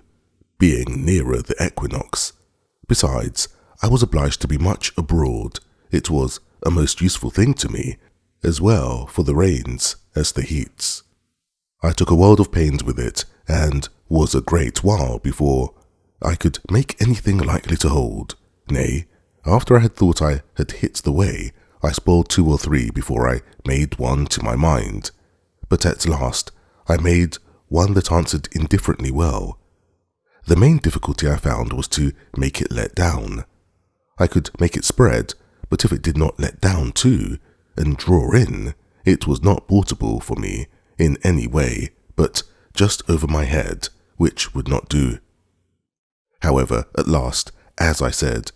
I made one to answer and covered it with skins, the hair upwards, so that it cast off the rain like a penthouse, and kept off the sun so effectually that I could walk out in the hottest of the weather with greater advantage than I could before in the coolest, and when I had no need of it, could close it and carry it under my arm. Thus I lived mighty comfortably, my mind being entirely composed by resigning myself to the will of God and throwing myself wholly upon the disposal of His providence. This made my life better than sociable, for when I began to regret the want of conversation, I would ask myself whether thus conversing mutually with my own thoughts, and, as I hope I may say, with even God Himself, by ejaculations, was not better than the utmost enjoyment of human society in the world? Chapter 10. Thames Goats. I cannot say that after this, for 5 years, any extraordinary thing happened to me, but I lived on in the same course, in the same posture and place, as before, the chief things I was employed in, besides my yearly labour of planting my barley and rice, and curing my raisins, both of which I always kept up just enough to have sufficient stock of 1 year's provisions beforehand. I say, besides this yearly labour, and my daily pursuit of going out with my gun, I had one labour, to make a canoe, which at last I finished, so that by digging a canal to it of 6 feet wide and 4 feet deep, I brought it into the creek almost half a mile. As for the first, which was so vastly big, for I made it without considering beforehand, as I ought to have done, how I should be able to launch it, so, never being able to bring it into the water or bring the water to it, I was obliged to let it lie where it was, as a memorandum to teach me to be wiser the next time. Indeed, the next time, though I could not get a tree proper for it, and was in a place where I could not get the water to it at any less distance than, as I have said, near half a mile, yet as I saw it was practicable at last, I never gave it over, and though I was near 2 years about it, yet I never grudged my labour, in hopes of having a boat to go off to sea at last. However, though my little periagua was finished, yet the size of it was not at all answerable to the design which I had in view when I made the first. I mean of venturing over to the terra firma,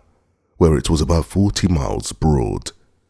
Accordingly, the smallness of my boat assisted to put an end to that design, and now I thought no more of it. As I had a boat, my next design was to make a cruise round the island, for as I had been on the other side in one place, crossing, as I have already described it, over the land, so the discoveries I made in that little journey made me very eager to see other parts of the coast, and now I had a boat, I thought of nothing but sailing round the island. For this purpose, that I might do everything with discretion and consideration, I fitted up a little mast in my boat, and made a sail too, out of some pieces of the ship's sails which lay in store, and of which I had a great stock by me. Having fitted my mast and sail and tried the boat, I found she would sail very well. Then I made little lockers or boxes at each end of my boat, to put provisions, necessaries, ammunition, and so forth into it, to be kept dry, either from rain or the spray of the sea, and a little long hollow place I cut in the inside of the boat, where I could lay my gun, making a flap to hang down over it to keep it dry. I fixed my umbrella also in the step at the stern, like a mast to stand over my head and keep the heat of the sun off me, like an awning, and thus I every now and then took a little voyage upon the sea, but never went far out, nor far from the little creek. At last, being eager to view the circumference of my little kingdom, I resolved upon my cruise, and accordingly I victualled my ship for the voyage, putting in 2 dozen of loaves, cakes I should call them, of barley bread, or earthen pot full of parched rice, a food I ate a good deal of, a little bottle of rum, half a goat, and powder and shot for killing Moor, and 2 large watch coats of those which, as mentioned before, I had saved out of the seamen's chests. These I took, one to lie upon and the other to cover me in the night. It was the 6th of November, in the 6th year of my reign, or my captivity, which you please, that I set out on this voyage, and I found it much longer than I expected, for though the island itself was not very large, yet when I came to the east side of it, I found a great ledge of rocks lie out about 2 leagues into the sea, some above water, some under it, and beyond that a shoal of sand, lying dry half a league more, so that I was obliged to go a great way out to sea to double the point. When I first discovered them, I was going to give over my enterprise and come back again, not knowing how far it might oblige me to go out to the sea, and above all, doubting how I should get back again. So I came to an anchor, for I had made a kind of anchor with a piece of a broken grappling which I got out of the ship. Having secured my boat, I took my gun and went on shore, climbing up a hill which seemed to overlook that point where I saw the full extent of it, and resolved to venture. In my viewing the sea from that hill where I stood, I perceived a strong and indeed a most furious current, which ran to the east, and even came close to the point, and I took the more notice of it because I saw there might be some danger that when I came into it, I might be carried out to sea by the strength of it, and not be able to make it to the island again, and indeed, had I not got first upon this hill, I believe it would have been so, for there was the same current on the other side of the island, only that it set off at a further distance, and I saw there was a strong eddy under the shore. So I had nothing to do but to get out of the first current, and I should presently be in an eddy. I lay here, however, 2 days, because the wind blowing pretty fresh at east-southeast, and that being just contrary to the current, made a great breach of the sea upon the point, so that it was not safe for me to keep too close to the shore for the breach, nor to go too far off because of the stream. The 3rd day, in the morning, the wind having abated overnight, the sea was calm, and I ventured, but I am a warning to all rash and ignorant pilots, for no sooner was I come to the point when I was not even my boat's length from the shore, but I found myself in a great depth of water, and a current like the sluice of a mill. It carried my boat along with it, with such violence that all I could do could not keep her so much as on the edge of it, but I found it hurried me farther and farther out from the eddy, which was on my left hand. There was no wind stirring to help me, and all I could do with my paddles signified nothing, and now I began to give myself over for lost, for as the current was on both sides of the island, I knew in a few leagues' distance they must join again, and then I was irrecoverably gone, nor did I see any possibility of avoiding it, so that I had no prospect before me but of perishing, not by the sea, for that was calm enough, but of starving from hunger. I had indeed found a tortoise on the shore, as big almost as I could lift, and had tossed it into the boat, and I had a great jar of fresh water, that is to say, one of my earthen pots. But what was all this to being driven into the vast ocean where, to be sure, there was no shore, no mainland or island for 1,000 leagues at least? And now I saw how easy it was for the providence of God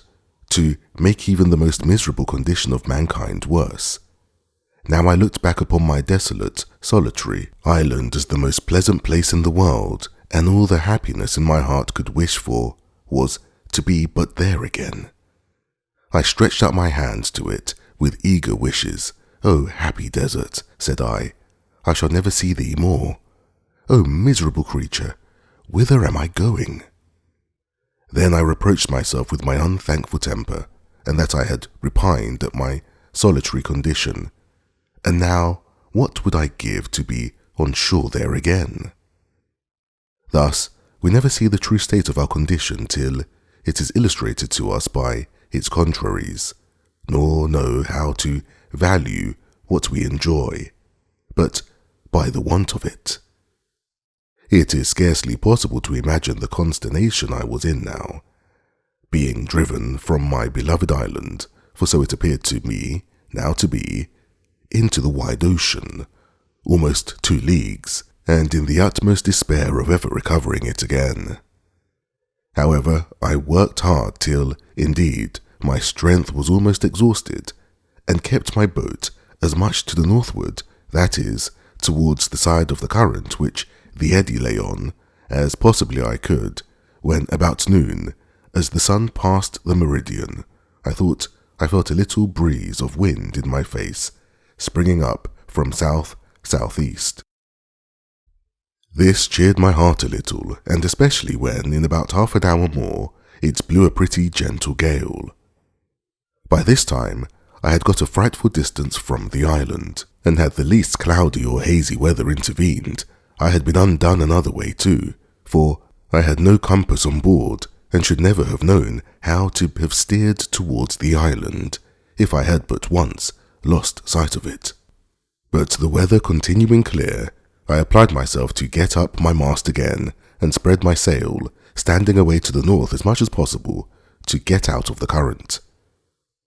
Just as I had set my mast and sail, and the boats began to stretch away, I saw even by the clearness of the water some alteration of the current was near, for where the current was so strong the water was foul. But perceiving the water clear, I found the current abate, and presently I found to the east, at about half a mile, a breach of the sea upon some rocks. These rocks I found caused the current to part again, and as the main stress of it ran away more southerly, leaving the rocks to the northeast, so the other returned by the repulse of the rocks, and made a strong eddy, which ran back again to the northwest with a very sharp stream.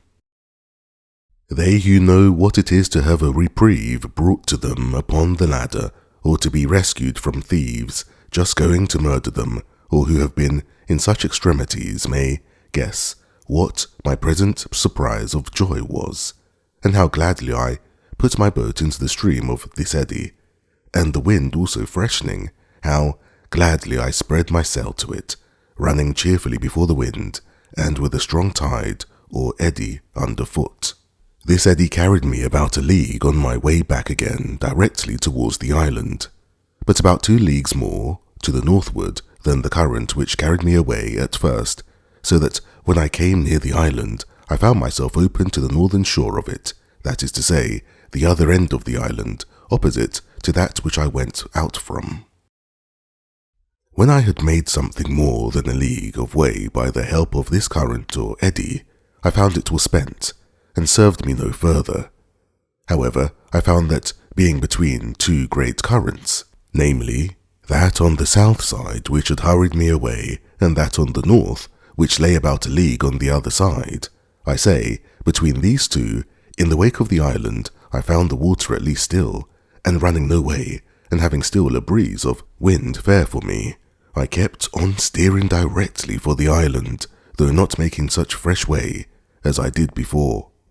About 4 o'clock in the evening, being then within 1 league of the island, I found the point of the rocks which occasioned this disaster stretching out, as is described before, to the southward, and casting off the current more southerly, had, of course, made another eddy to the north, and this I found very strong, but not directly setting the way my course lay, which was due west, but almost full north. However, having a fresh gale, I stretched across this eddy, slanting northwest, and in about an hour came within about 1 mile of the shore, where, it being smooth water, I soon got to land. When I was on shore, I fell on my knees and gave God thanks for my deliverance, resolving to lay aside all thoughts of my deliverance by my boat, and refreshing myself with such things as I had, I brought my boat close to the shore in a little cove that I had spied under some trees, and laid me down to sleep, being quite spent with the labour and fatigue of the voyage. I was now at a great loss which way to get home with my boat. I had run so much hazard and knew so much of the case to think of attempting it by the way I went out, and what might be at the other side, I mean the west side, I knew not, nor had I any mind to run any more ventures. So I resolved on the next morning to make my way westward along the shore, and to see if there was no creek where I might lay up my frigate in safety, so as to save her again if I wanted her. In about 3 miles or thereabouts, coasting the shore, I came to a very good inlet or bay, about a mile over, which narrowed till it came to a very little rivulet, or brook, where I found a very convenient harbour for my boat, and where she lay as if she had been in a little dock, on purpose for her. Here I put in, and having stowed my boat very safe, I went on shore to look about me, and see where I was. I soon found I had but a little passed by the place where I had been before, when I travelled on foot to that shore, so, taking nothing out of my boat but my gun and umbrella, for it was exceedingly hot, I began my march.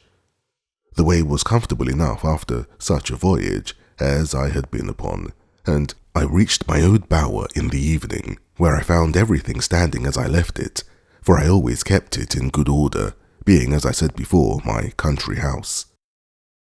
I got over the fence and laid me down on the shade to rest my limbs, for I was very weary and fell asleep. But judge you, if you can, that read my story.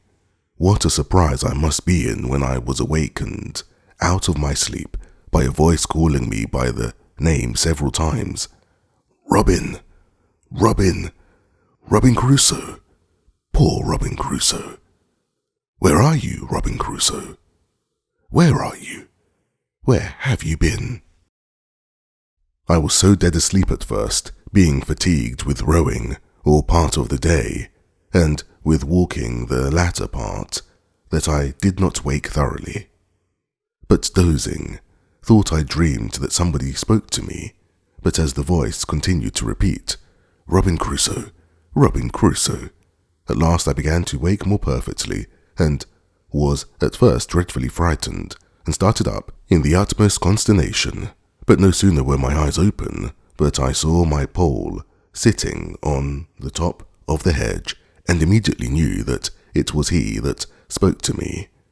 For just in such bemoaning language I had used to talk to him and teach him, and he had learned it so perfectly that he would sit upon my finger and lay his bill close to my face and cry,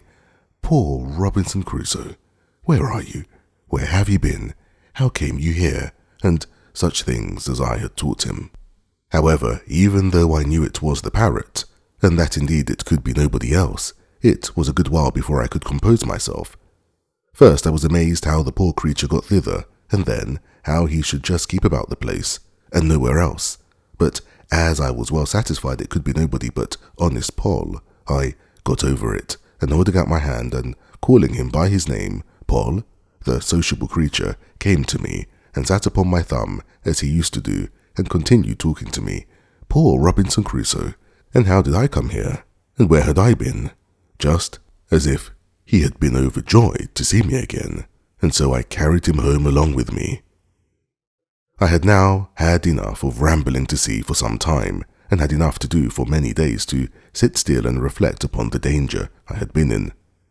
I would have been very glad to have had my boat again on my side of the island, but I knew not how it was practicable to get it about. As to the east side of the island, which I had gone round, I knew well enough there was no venturing that way. My very heart would shrink, and my very blood would run chill. But to think of it! And as to the other side of the island, I did not know how it might be there, but supposing the current ran with the same force against the shore at the east as it passed by on the other, I might run the same risk of being driven down the stream and carried by the island. as I had been before of being carried away from it. So with these thoughts I contented myself to be without any boat, though it had been the product of so many months' labour to make it, and of so many more to get it into the sea. In this government of my temper I remained near a year, and lived a very sedate, retired life, as you may well suppose, and my thoughts being very much composed as to my condition, and fully comforted in resigning myself to the dispositions of Providence, I thought I lived really very happily in all things except that of society. I improved myself in this time in all the mechanical exercises which my necessities put me upon applying myself to, and I believe I should, upon occasion, have made a very good carpenter, especially considering how few tools I had. Besides this, I arrived at an unexpected perfection in an earthenware, and contrived well enough to make them with a wheel, which I found infinitely easier and better, because I made things round and shaped, which before were filthy things indeed to look on. But I think I was never more vain of my own performance, or more joyful for anything I found out, than for my being able to make a tobacco pipe, and though it was a very ugly, clumsy thing when it was done, and only burned red like other earthenware, yet as it was hard and firm, and would draw the smoke, I was exceedingly comforted with it, for I had been always used to smoke, and there were pipes in the ship, but I forgot them at first, not thinking there was tobacco in the island, and afterwards, when I searched the ship again, I could not come at any pipes. In my wickerware also I improved much, and made abundance of necessary baskets as well as my invention showed me, though not very handsome, yet they were such as were very handy and convenient for laying things up in, or fetching things home.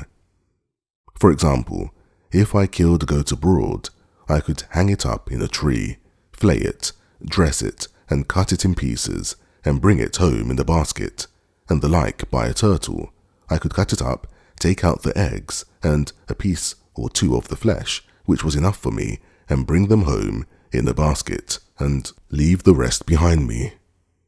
Also, large deep baskets were the receivers of my corn, which I always rubbed out as soon as it was dry and cured, and kept it in great baskets. I began now to perceive my powder abated considerably. This was a want, which it was impossible for me to supply, and I began seriously to consider what I must do when I should have no more powder, that is to say, how I should kill any goats. I had, as is observed in the 3rd year of my being here, kept a young kid, and bred her up tame, and I was in hopes of getting a he-goat, but I could not by any means bring it to pass till my kid grew an old goat, and as I could never find in my heart to kill her, she died at last of mere age.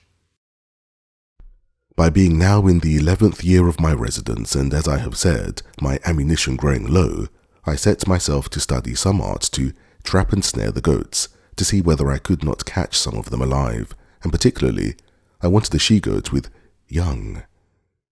For this purpose I made snares to hamper them, and I do believe they were more than once taken in them, but my tackle was not good, for I had no wire, and I always found them broken and my baits devoured. At length I resolved to try a pitfall, so I dug several large pits in the earth, in places where I had observed the goats used to feed, and over those pits I placed hurdles of my own making too, with a great weight upon them, and several times I put ears of barley and dry rice, without setting the trap, and I could easily perceive that the goats had gone in and eaten up the corn, for I could see the marks of their feet. At length I set 3 traps in one night, and going the next morning I found them all standing, and yet the bait eaten and gone. This was very discouraging. However, I altered my traps, and not to trouble you with particulars, going one morning to see my traps, I found in one of them a large old he-goat, and in one of the others 3 kids, a male and 2 females. As to the old one, I knew not what to do with him. He was so fierce I durst not go into the pit to him. That is to say, to bring him away alive, which was what I wanted. I could have killed him, but that was not my business, nor would it answer my end, so I even let him out, and he ran away as if he had been frightened out of his wits. But I did not then know what I afterwards learned, that hunger will tame a lion. If I had let him stay 3 or 4 days without food, and then have carried him some water to drink, and then a little corn, he would have been as tame as one of the kids, for they are mighty sagacious, tractable creatures, where they are well used. However, for the present I let him go, knowing no better at the time. Then I went to the 3 kids, and taking them one by one, I tied them with strings together, and with some difficulty brought them all home. It was a good while before they would feed, but throwing them some sweet corns, it tempted them, and they began to be tame. And now I found that if I expected to supply myself with goat's flesh, when I had no powder or shot left, breeding some up tame was my only way, when perhaps I might have them about my house like a flock of sheep. But then it occurred to me that I must keep the tame from the wild, or else they would always run wild when they grew up, and the only way for this was to have some enclosed piece of ground, well fenced either with hedge or pale, to keep them in so ineffectually that those within might not break out, or those without break in. This was a great undertaking for one pair of hands, yet, as I saw there was an absolute necessity for doing it, my first work was to find out a proper piece of ground where there was likely to be herbage for them to eat, water for them to drink, and cover to keep them from the sun. Those who understand such enclosures will think I had very little contrivance when I pitched upon a place very proper for all these, being a plain, open piece of meadowland, or savannah, as our people call it, in the western colonies, which had 2 or 3 little drills of fresh water in it, and at one end was very woody. I say, they will smile at my forecast when I shall tell them I began by enclosing this piece of ground in such a manner that my hedge or pale must have been at least 2 miles apart. Nor was the madness of it so great as to the compass, for if it was 10 miles about, I was likely to have time enough to do it in, but I did not consider that my goats would be as wild in so much compass as if they had had the whole island, and I should have so much room to chase them in that I should never catch them. My hedge was begun and carried on, I believe, about 50 yards when this thought occurred to me, so I presently stopped short, and for the beginning I resolved to enclose a piece of about 150 yards in length, and 100 yards in breadth, which, as it would maintain as many as I should have in any reasonable time, so as my stock increased, I could add more ground to my enclosure. This was acting with some prudence, and I went to work with courage. I was about 3 months hedging in the first piece, and till I had done it, I tethered the 3 kids in the best part of it, and used them to feed as near me as possible, and make them familiar, and very often I would go and carry them some ears of barley, or a handful of rice, and feed them out of my hand, so that after my enclosure was finished, and I let them loose, they would follow me up and down, bleating after me for a handful of corn. This answered my end, and in about 1.5 years I had flown of about 12 goats, kids and all, and in 2 years more I had 43, besides several that I took and killed for my food. After that I enclosed several pieces of ground to feed them in, with little pens to drive them to take them as I wanted, and gates out of one piece of ground into another. But this was not all, for now I not only had goat's flesh to feed on when I pleased, but milk too, a thing which, indeed, in the beginning, I did not so much as think of, and which, when it came into my thoughts, was really an agreeable surprise. For now I set up my dairy, and had sometimes 1 gallon or 2 of milk in a day. And as nature, who gives supplies of food to every creature, dictates even naturally how to make use of it, so I, that had never milked a cow, much less a goat, or seen butter or cheese made only when I was a boy, after a great many essays and miscarriages, made both butter and cheese at last. Also salt, though I found it partly made to my hand by the heat of the sun upon some of the rocks of the sea, and never wanted it afterwards. How mercifully can our Creator treat his creatures even in those conditions in which they seem to be overwhelmed in destruction? How can he sweeten the bitterest providences and give us cause to praise him for dungeons and prisons?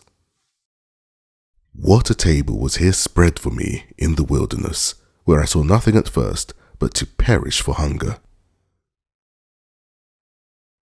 Chapter 11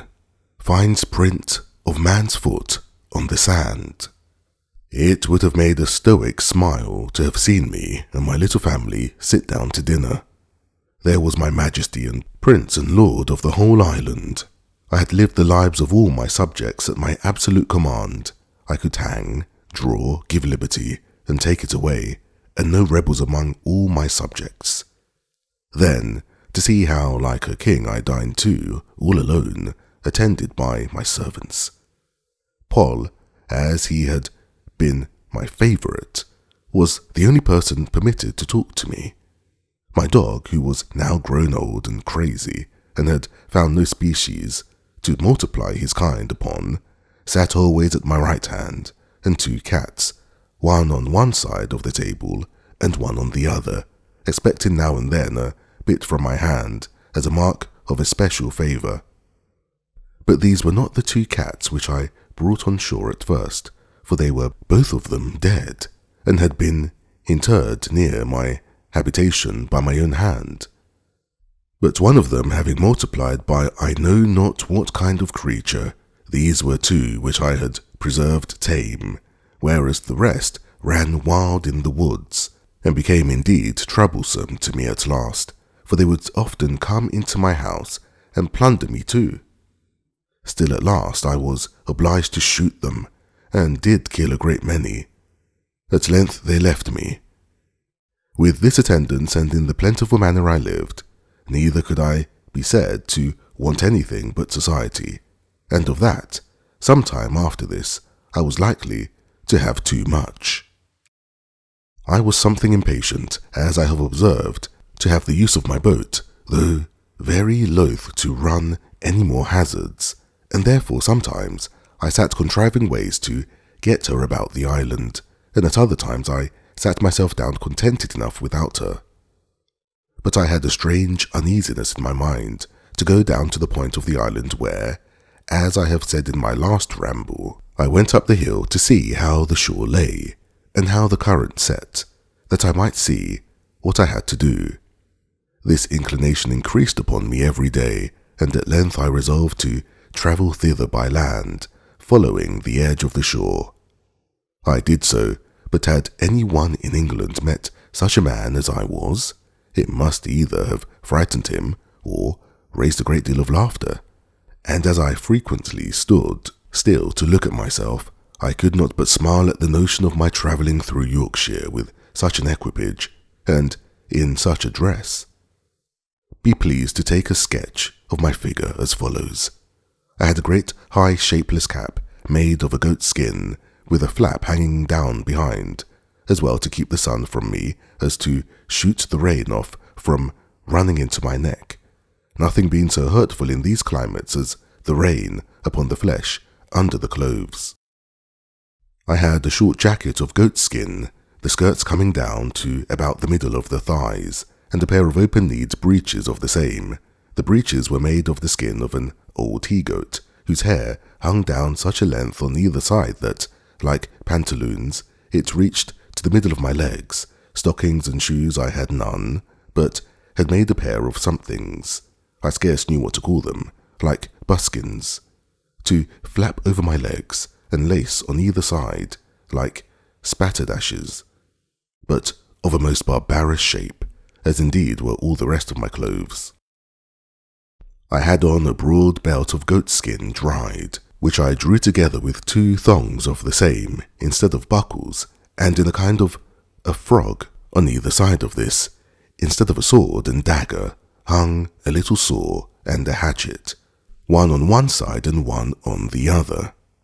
I had another belt not so broad and fastened in the same manner, which hung over my shoulder, and at the end of it, under my left arm, hung 2 pouches, both made of goatskin too, in one of which hung my powder, in the other my shot.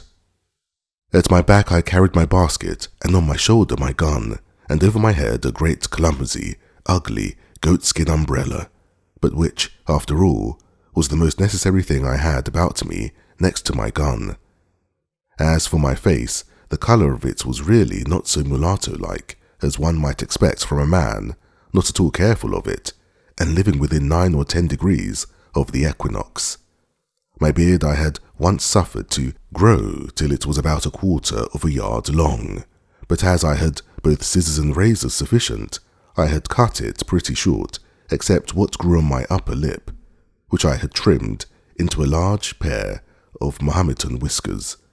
such as I had seen worn by some Turks at Salé, for the Moors did not wear such, though the Turks did. Of these mustachios or whiskers, I will not say they were long enough to hang my hat upon them, but they were of a length and shape monstrous enough, and such as in England would have passed for frightful. But all this is by the by, for as to my figure, I had so few to observe me that it was of no manner of consequence, so I say no more of that. In this kind of dress I went my new journey, and was out 5 or 6 days.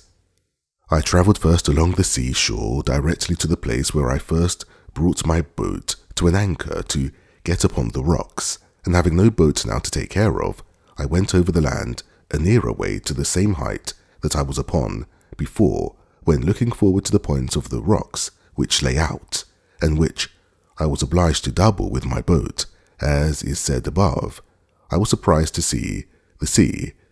all smooth and quiet, no rippling, no motion, no current, any more there than in other places. I was at a strange loss to understand this, and resolved to spend some time in the observing it, to see if nothing from the sets of the tide had occasioned it. But I was presently convinced how it was, namely, that the tide of ebb setting from the west and joining with the current of waters from some great river on the shore must be the occasion of this current, and that, according as the wind blew more forcibly from the west or from the north, this current came nearer or went farther from the shore. For, waiting thereabouts till evening, I went up to the rock again, and then, the tide of ebb being made, I plainly saw the current again as before, only that it ran farther off, being near 1/2 league from the shore, whereas, in my case, it set close upon the shore, and hurried me and my canoe along with it, which, at another time, it would not have done. This observation convinced me that I had nothing to do but observe the ebbing and the flowing of the tide, and I might very easily bring my boat about the island again, but when I began to think of putting it in practice, I had such terror upon my spirits at the remembrance of the danger I had been in, that I could not think of it again with any patience, but, on the contrary, I took up another resolution which was more safe, though more laborious, and this was, that I would build, or rather make, me another periagua, or canoe, and so have one for one side of the island, and one for the other. You are to understand that now I had, as I may call it, 2 plantations in the island, one my little fortification or tent, with the wall about it, under the rock, with the cave behind me, which, by this time, I had enlarged into several apartments or caves, one within another.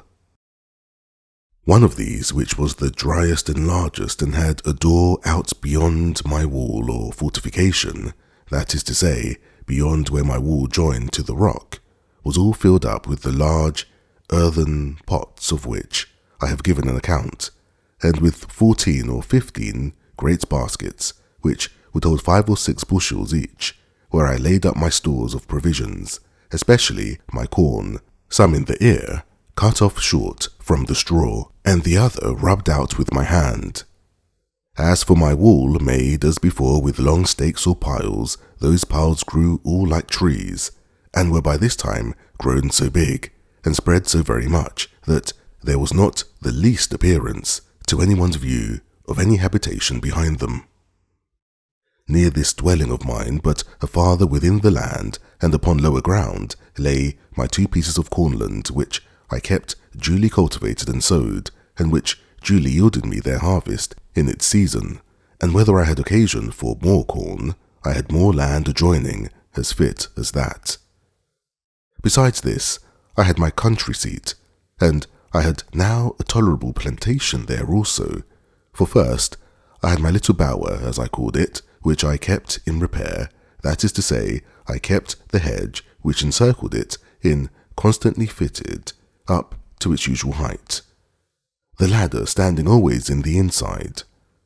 I kept the trees, which at first were no more than stakes, but were now grown very firm and tall, always cut, so that they might spread and grow thick and wild, and make the more agreeable shade, which they did effectually to my mind. In the middle of this I had my tent always standing, being a piece of a sail spread over poles set up for that purpose, and which never wanted any repair or renewing, and under this I had made me a squab or couch with the skins of the creatures I had killed, and with the other soft things and a blanket laid on them, such as belonged to our sea bedding, which I had saved, and a great watch coat to cover me. And here, whenever I had occasion to be absent from my chief seat, I took up my country habitation. Adjoining to this I had my enclosures for my cattle, that is to say my goats, and I had taken an inconceivable deal of pains to fence and enclose this ground.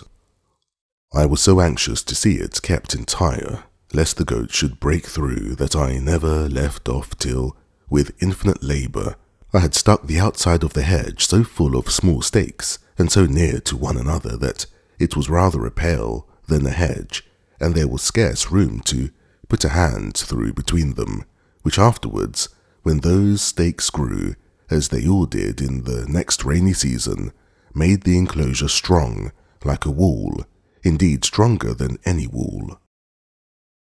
This will testify for me that I was not idle, and that I spared no pains to bring to pass whatever appeared necessary for my comfortable support, and I considered to keeping up a breed of tame creatures thus at my hand,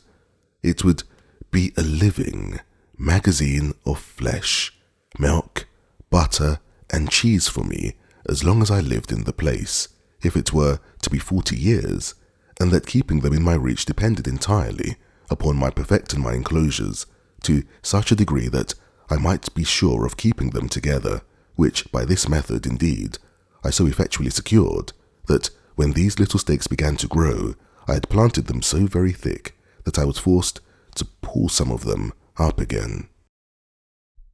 In this place, also, I had my grapes growing, which I principally depended on for my winter stores of raisins,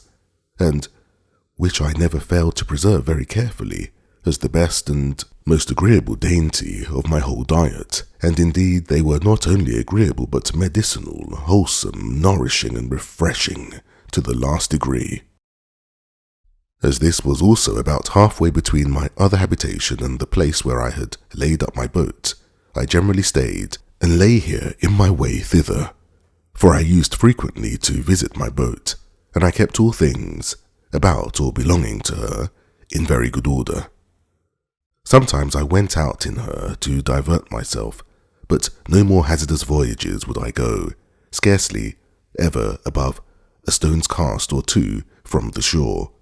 I was so apprehensive of being hurried out of my knowledge again by the currents or winds or any other accident. But now I come to a new scene of my life. It happened one day, about noon, going towards my boat, I was exceedingly surprised with the print of a man's naked foot on the shore, which was very plain to be seen on the sand. I stood like one thunderstruck, or as if I had seen an apparition. I listened. I looked around me, but I could hear nothing, nor see anything. I went up to a rising ground to look farther. I went up to the shore, and down the shore, but it was all one. I could see no other impression but that one. I went to it again to see if there were any more, and to observe if it might not be my fancy, but there was no room for that, for there was exactly the print of a foot, toes, heel, and every part of a foot. How it came thither I knew not, nor could I in the least imagine, but after innumerable fluttering thoughts, like a man perfectly confused and out of myself, I came home to my fortification, not feeling, as we say, the ground I went on, but terrified to the last degree, looking behind me at every 2 or 3 steps, mistaking every bush and tree, and fancying every stump at a distance to be a man. Nor is it possible to describe how many various shapes my affrighted imagination represented things to me in, how many wild ideas were found every moment in my fancy, and what strange, unaccountable whimsies came into my thoughts by the way. When I came to my castle, for so I think I called it ever after this, I fled into it like one pursued.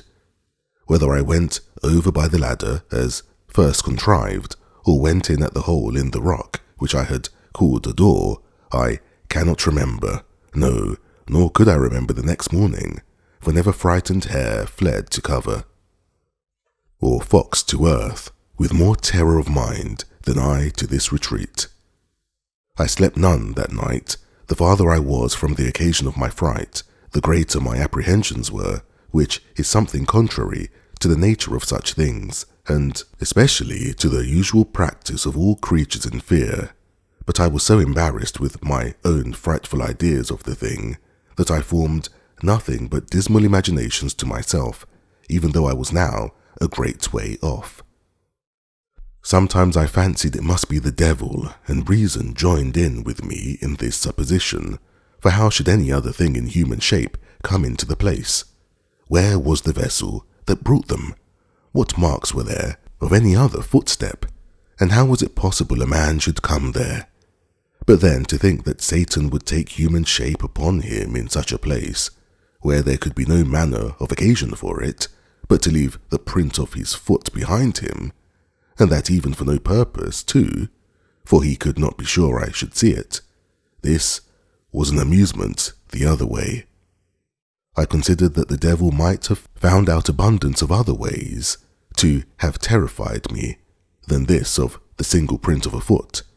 that as I lived quite on the other side of the island, he would never have been so simple as to leave a mark in a place where it was 10,000 to 1 whether I should ever see it or not, and in the sand too, which the first surge of the sea, upon a high wind, would have defaced entirely.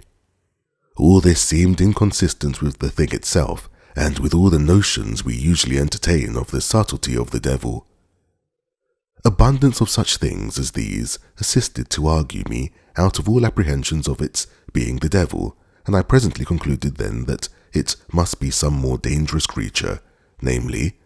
that it must be some of the savages of the mainland opposite who had wandered out to sea in their canoes, and either driven by the current or by contrary winds, had made the island and had been on shore, but were gone away again to sea, being as loath perhaps to have stayed in this desolate island as I would have been to have had them. While these reflections were rolling in my mind, I was very thankful in my thoughts that I was so happy as not to be thereabouts at that time, or that they did not see my boat, by which they would have concluded that some inhabitants had been in the place, and perhaps have searched farther for me. Then terrible thoughts racked my imagination about their having found out my boat, and that there were people here, and that, if so, I should certainly have them come again in greater numbers and devour me, that if it should happen that they should not find me, yet they would find my enclosure, destroy all my corn, and carry away all my flock of tame goats, and I should perish at last for mere want. Thus my fear banished all my religious hope,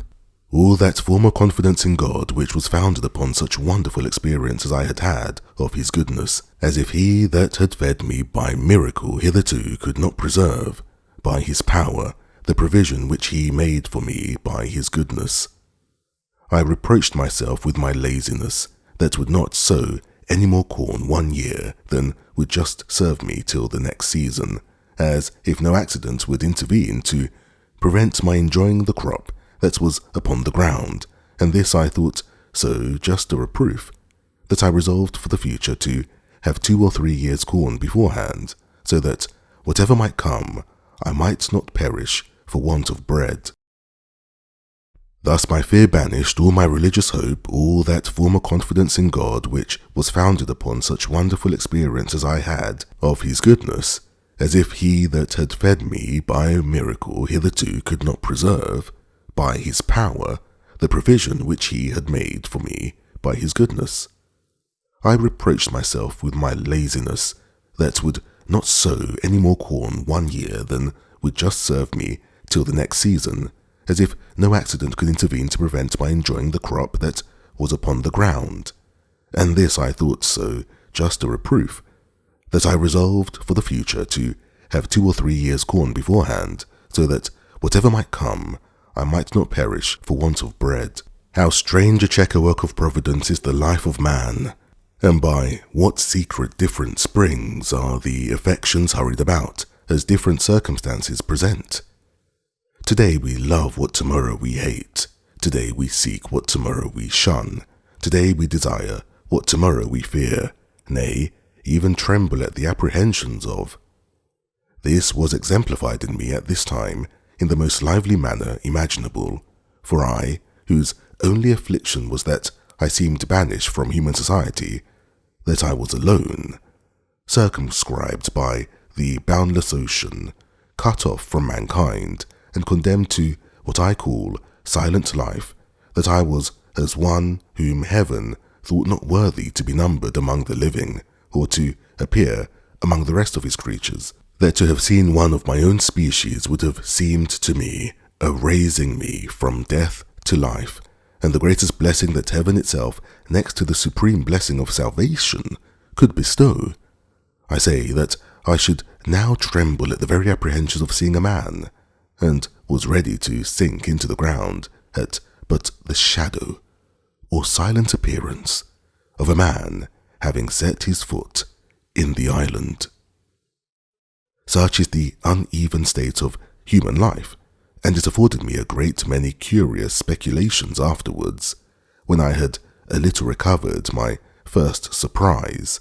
I considered that this was the station of life the infinitely wise and good providence of God had determined for me, that as I could not foresee what the ends of divine wisdom might be in all this, so I was not to dispute his sovereignty, who, as I was his creature, had an undoubted right by creation to govern and dispose of me absolutely as he thought fit, and who, as I was a creature that had offended him, had likewise a judicial right to condemn me to what punishment he thought fit, and that it was my part to submit to bear his indignation, because I had sinned against him. I then reflected that as God, who was not only righteous but omnipotent, had thought fit thus to punish and afflict me, so he was able to deliver me, that if he did not think fit to do so, it was my unquestioned duty to resign myself absolutely and entirely to his will, and, on the other hand, it was my duty also to hope in him, pray to him, and quietly to attend to the dictates and directions of his daily providence. These thoughts took me up to many hours, days, nay, I may say weeks and months, and one particular effect of my cogitations on this occasion I cannot omit. One morning, early, lying in my bed and filled with thoughts about my danger from the appearances of savages, I found it discomposed me very much, upon which these words of the Scripture came into my thoughts: "Call upon me in the day of trouble, and I will deliver thee, and thou shalt glorify me." Upon this, rising cheerfully out of my bed, my heart was not only comforted, but I was guided and encouraged to pray earnestly to God for deliverance. When I had done praying, I took up my Bible and, opening it to read, the first words that presented to me were, "Wait on the Lord, and be of good cheer, and he shall strengthen thy heart. Wait, and say, on the Lord." It is impossible to express the comfort this gave me. In answer, I thankfully laid down the book and was no more sad, at least on that occasion. In the middle of these cogitations, apprehensions and reflections, it came into my thoughts one day that all this might be a mere chimera of my own, and that this foot might be the print of my own foot. When I came on shore from my boat, this cheered me up a little too, and I began to persuade myself it was all a delusion, that it was nothing else but my own foot, and why might I not come that way from the boat, as well as I was going that way to the boat? Again, I considered also that I would by no means tell for certain where I had trod and where I had not, and that if at last this was only the print of my own foot, I had played that part of those fools who try to make stories of spectres and apparitions, and then are frightened at them more than anybody. Now I began to take courage and to peep abroad again, for I had not stirred out of my castle for 3 days and nights, so that I began to starve for provisions, for I had little or nothing within doors but some barley cakes and water. Then I knew that my goats wanted to be milked too, which usually was my evening diversion, and the poor creatures were in great pain and inconvenience for want of it, and indeed it almost spoiled some of them, and almost dried up their milk. Encouraging myself therefore with the belief that this was nothing but the print of one of my own feet, and that I might be truly said to start my own shadow, I began to go abroad again, and went to my country house to milk my flock, but to see with what fear I went forward, how often I looked behind me, how I was ready every now and then to lay down my basket and run for my life. It would have made anyone have thought I was haunted with an evil conscience, or that I had been lately most terribly frightened, and so indeed I had. However, I went down thus 2 or 3 days, and having seen nothing, I began to be a little bolder, and to think there was really nothing in it but my own imagination, but I could not persuade myself fully of this till I should go down to the shore again, and see this print of a foot, and measure it by my own, and see if there was any similitude or fitness, that I might be assured it was my own foot. But when I came to the place first, it appeared evidently to me that when I laid up my boat I could not possibly be on shore anywhere thereabouts. Secondly, when I came to measure the mark with my own foot, I found my foot not so large by a great deal. Both these things filled my head with new imaginations, and gave me the vapours again to the highest degree, so that I shook with cold like one in an ague, and I went home again, filled with the belief that some man or men had been on shore there, or in short, that the island was inhabited, and I might be surprised before I was aware, and what course to take for my security I knew not. Oh, what ridiculous resolutions men take when possessed with fear! It deprives them of the use of those means which reason offers them their relief. The first thing I proposed to myself was to throw down my enclosures, to turn all my tame cattle wild into the woods, lest the enemy should find them, and then frequent the island in prospect of the same or the like booty. Then the simple thing of digging up my 2 cornfields, lest they should find such a grain there, and still be prompted to frequent the island, then to demolish my bower and tent, that they might not see any vestiges of habitation, and be prompted to look farther, in order to find out the persons inhabiting. These were the subjects of the first night's cogitations after I was come home again, while the apprehensions which had so overrun my mind were fresh upon me, and my head was full of vapours. Thus, fear of danger is 10 times more terrifying than danger itself, when apparent to the eyes, and we find the burden of anxiety greater by much, than the evil which we are anxious about. And what was worse than all this, I had not the relief in this trouble that from the resignation I used to practice I hoped to have. I looked, I thought, like Saul, who complained not only that the Philistines were upon him, but that God had forsaken him, for I did not now take due ways to compose my mind, by crying to God in my distress, and resting upon his providence, as I had done before, for my defence and deliverance, which if I had done, I had at least been more cheerfully supported under this new surprise, and perhaps carried through it with more resolution. This confusion of my thoughts kept me awake all night, but in the morning I fell asleep, and having by the amusement of my mind been, as it were, tired, and my spirits exhausted, I slept very soundly, and waked much better composed than I had ever been before. And now I began to think sedately, and upon debate with myself, I concluded that this island, which was so exceedingly pleasant, fruitful, and no farther from the mainland than as I had seen, was not so entirely abandoned as I might imagine, that although there were no stated inhabitants who lived on the spot, yet that there might sometimes come boats off from the shore who, either with design or perhaps never, but when they were driven by cross winds, might come to this place, that I had lived there 15 years now, and had not met with the least shadow or figure of any people yet, and that if at any time they should be driven here, it was probable they went away again as soon as they ever could, seeing they had never thought fit to fix here upon any occasion, that the most I could suggest any danger from was any casual accidental landing of straggling people from the main, who, as it was likely, if they were driven hither, were here against their wills, so they made no stay here, but went off again with all possible speed, seldom staying one night on shore, lest they should not have the help of the tides and daylight back again, and that therefore I had nothing to do but consider of some safe retreat, in case I should see any savages land upon the spot.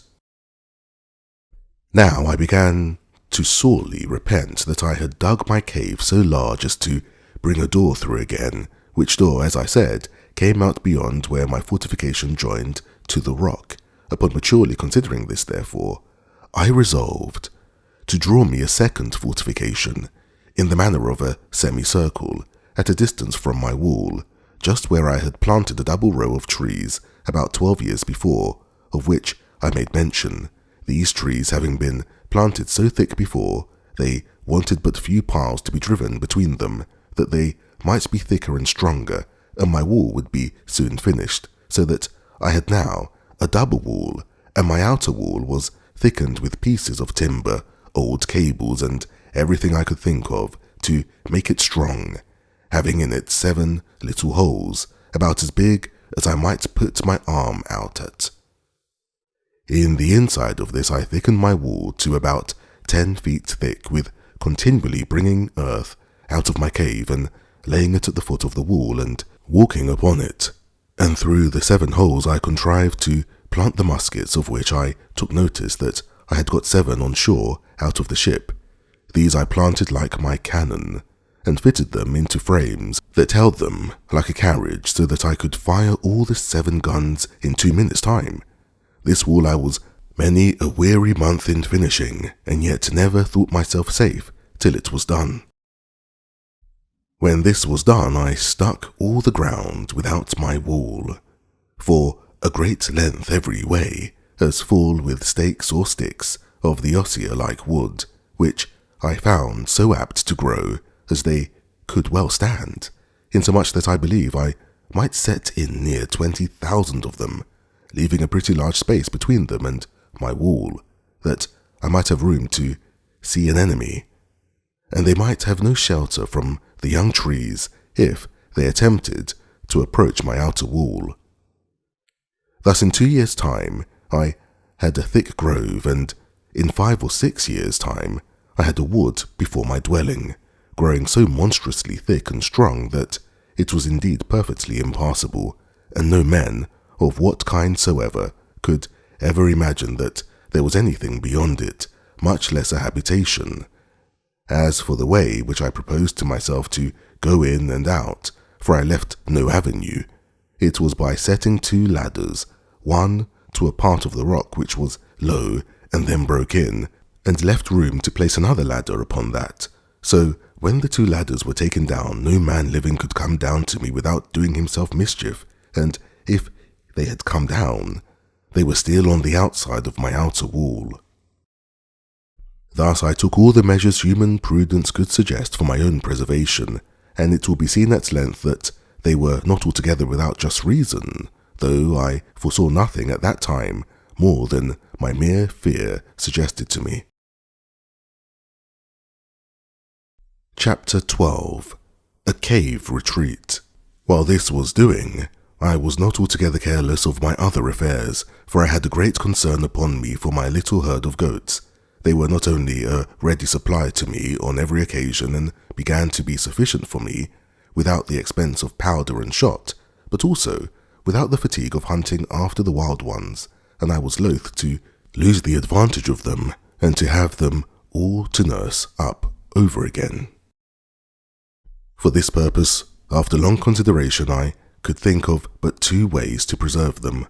One was to find another convenient place to dig a cave underground and to drive them into it every night, and the other was to enclose 2 or 3 little bits of land, remote from one another, and as much concealed as I could, where I might keep about 6 young goats in each place, so that if any disaster happened to the flock in general, I might be able to raise them again with little trouble and time. And this, though it would require a good deal of time and labour, I thought was the most rational design. Accordingly, I spent some time to find out the most retired parts of the island, and I pitched upon one which was as private indeed as my heart could wish. It was a damp little piece of ground in the middle of the hollow and thick woods where, as is observed, I almost lost myself once before, endeavouring to come back that way from the eastern part of the island. Here I found a clear piece of land, near 3 acres, so surrounded with woods that it was almost an enclosure by nature. At least, it did not want near so much labour to make it so as the other piece of ground I had worked on so hard at. I immediately went to work with this piece of ground, and in less than a month's time I had fenced it round, that my flock or herd, call it what you please, which were not so wild now as at first they might be supposed to be, were well enough secured in it. So, without any further delay, I removed 10 young she-goats and 2 he-goats to this piece, and when they were there I continued to perfect the fence till I had made it as secure as the other, which, however, I did at more leisure, and it took me up more time by a great deal. All this labour I was at the expense of, purely from my apprehensions on account of the print of a man's foot. For as yet I had never seen any human creature come near the island, and I had now lived 2 years under this uneasiness which, indeed, made my life much less comfortable than it was before, as may be well imagined by any who know what it is to live in constant snare of the fear of man. And this I must observe with grief too, that the discomposure of my mind had great impression also upon the religious part of my thoughts, for the dread and terror of falling into the hands of savages and cannibals lay so upon my spirits that I seldom found myself in a due temper for application to my Maker, at least not with the sedate calmness and resignation of soul which I was wont to do. I rather prayed to God as under great affliction and pressure of mind, surrounded with danger, and in expectation every night of being murdered or devoured before morning, and I must testify from my experience that a temper of peace, thankfulness and love, and affection is much the proper frame for prayer than that of terror and discomposure, and that under the dread of mischief impending, a man is no more fit for a comforting performance of the duty of praying to God than he is for a repentance on a sick bed, for these discomposures affect the mind as the others do the body, and the discomposure of the mind must necessarily be as great a disability as that of the body, and much greater, praying to God being properly an act of the mind, not of the body. But to go on, after I had thus secured one part of my little living stock, I went about the whole island, searching for another private place to make such another deposit, when, wandering more to the west point of the island than I had ever done yet, and looking out to sea, I thought I saw a boat upon the sea, at a great distance. I had found a perspective glass or two in one of the seaman's chests, which I saved out of our ship, but I had it not about me, and this was so remote that I could not tell what to make of it, though I looked at it till my eyes were not able to hold to look any longer. Whether it was a boat or not, I do not know, but as I descended from the hill I could see no more of it, so I gave it over. Only I resolved not to go more without a perspective glass in my pocket. When I was come down the hill to the end of the island, where indeed I had never been before, I was presently convinced that the seeing the print of a man's foot was not such a strange thing in the island as I imagined, but that it was a special providence that I was cast upon the side of the island where the savages never came. I should easily have known that nothing was more frequent than for the canoes from the main, when they happened to be a little too far out at sea, to shoot over to that side of the island for harbour. Likewise, as they often met and fought in their canoes, the victors, having taken any prisoners, would bring them over to this shore, where, according to their dreadful customs, being all cannibals, they would kill and eat them, of which hereafter. When I was come down the hill to the shore, as I said above, being the southwestern point of the island, I was perfectly confounded and amazed, nor is it possible for me to express the horror of my mind at seeing the shore spread with skulls, hands, feet, and other bones of human bodies, and particularly I observed a place where there had been a fire made and a circle dug in the earth like a cockpit, where I supposed the savage wretches had sat down to their human feastings upon the bodies of their fellow creatures. I was so astonished with the sight of these things that I entered no notions of any danger to myself from it for a long while.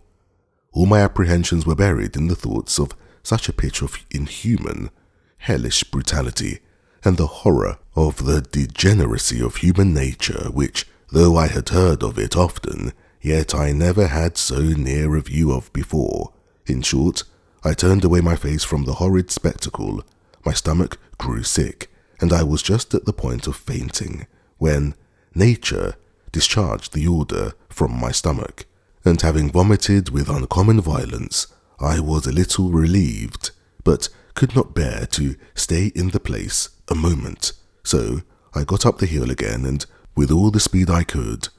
walked on towards my own habitation.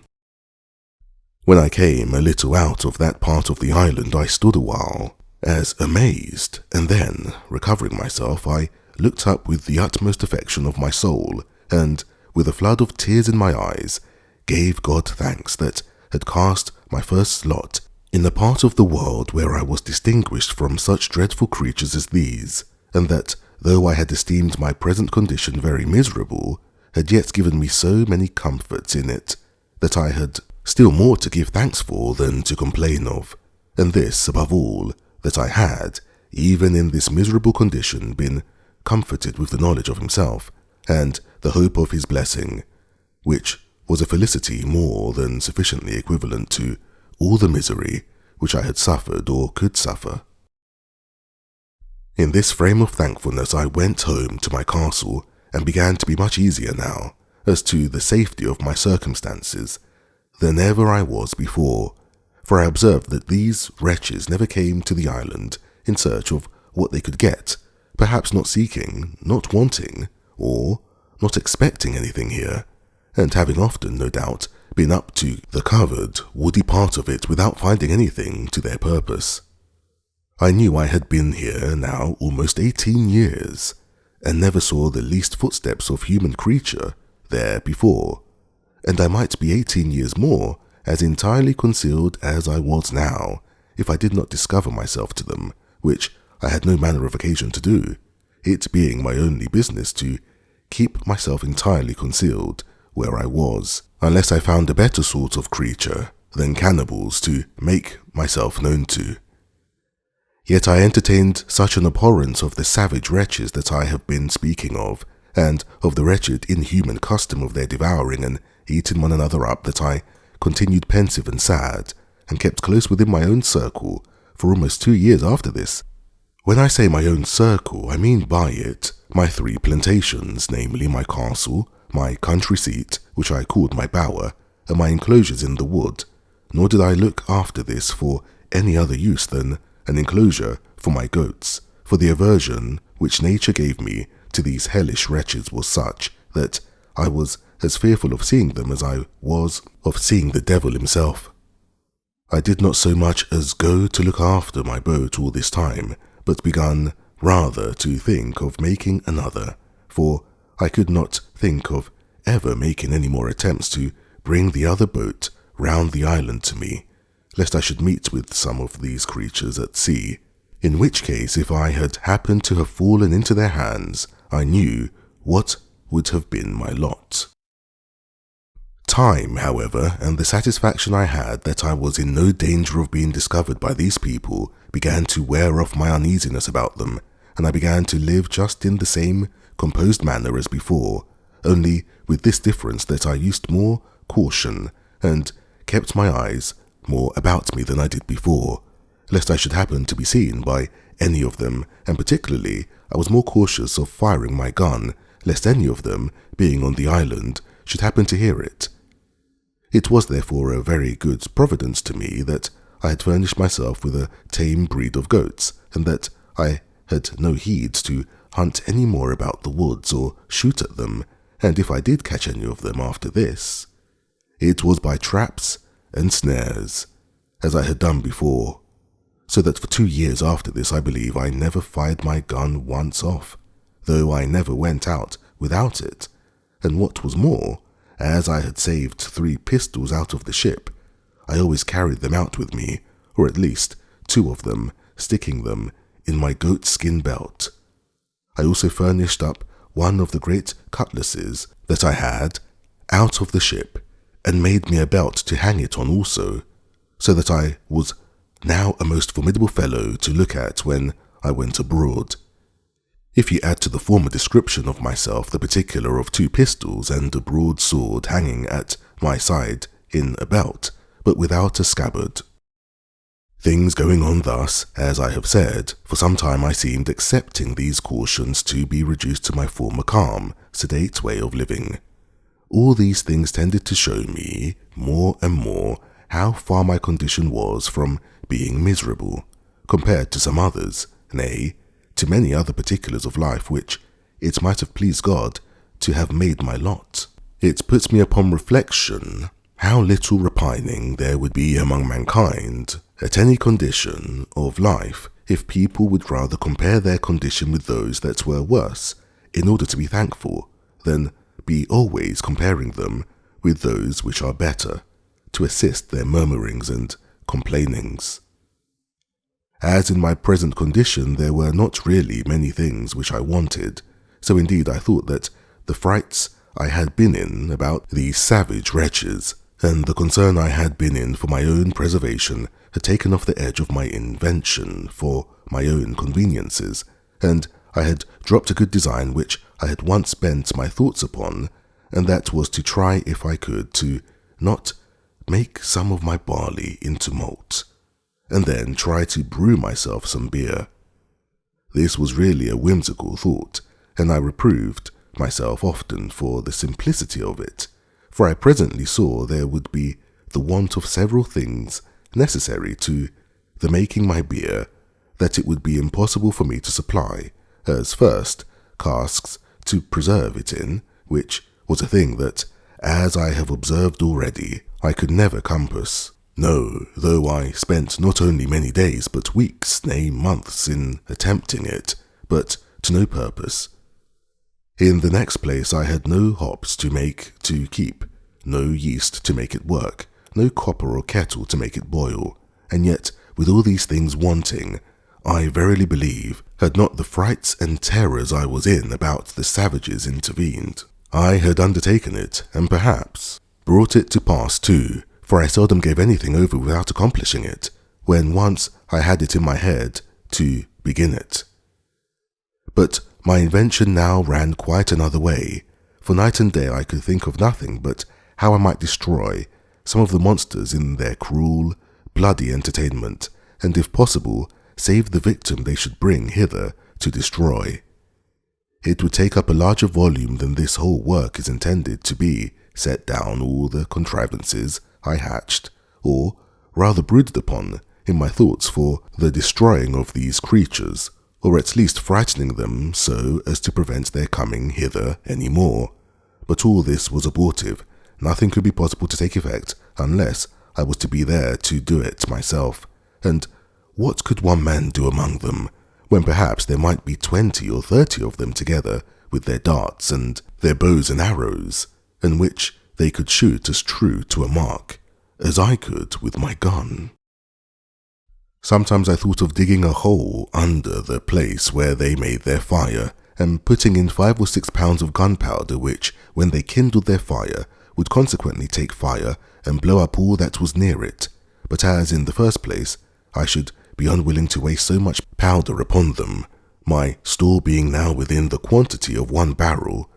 so neither could I be sure of its going off at any certain time, when it might surprise them, and at best, that it would do little more than just blow the fire about their ears and fright them, but not sufficient to make them forsake the place. So I laid it aside, and then proposed that I would place myself in ambush in some convenient place, with my 3 guns, all double loaded, and in the middle of their bloody ceremony, let fly at them, when I should be sure to kill or wound perhaps 2 or 3 at every shot,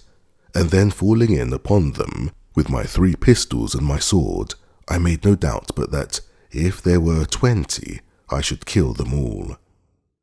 This fancy pleased my thoughts for some weeks, and I was so full of it that I often dreamed of it, and sometimes that I was just going to let fly at them in my sleep.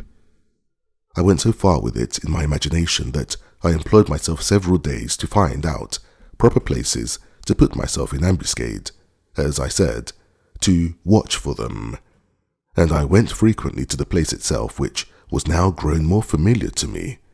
But while my mind was thus filled with thoughts of revenge and the bloody putting 20 or 30 of them to the sword, as I may call it, the horror I had at that place, and at the signals of the barbarous wretches devouring one another, abetted my malice. Well, at length I found a place in the side of the hill where I was satisfied I might securely wait till I saw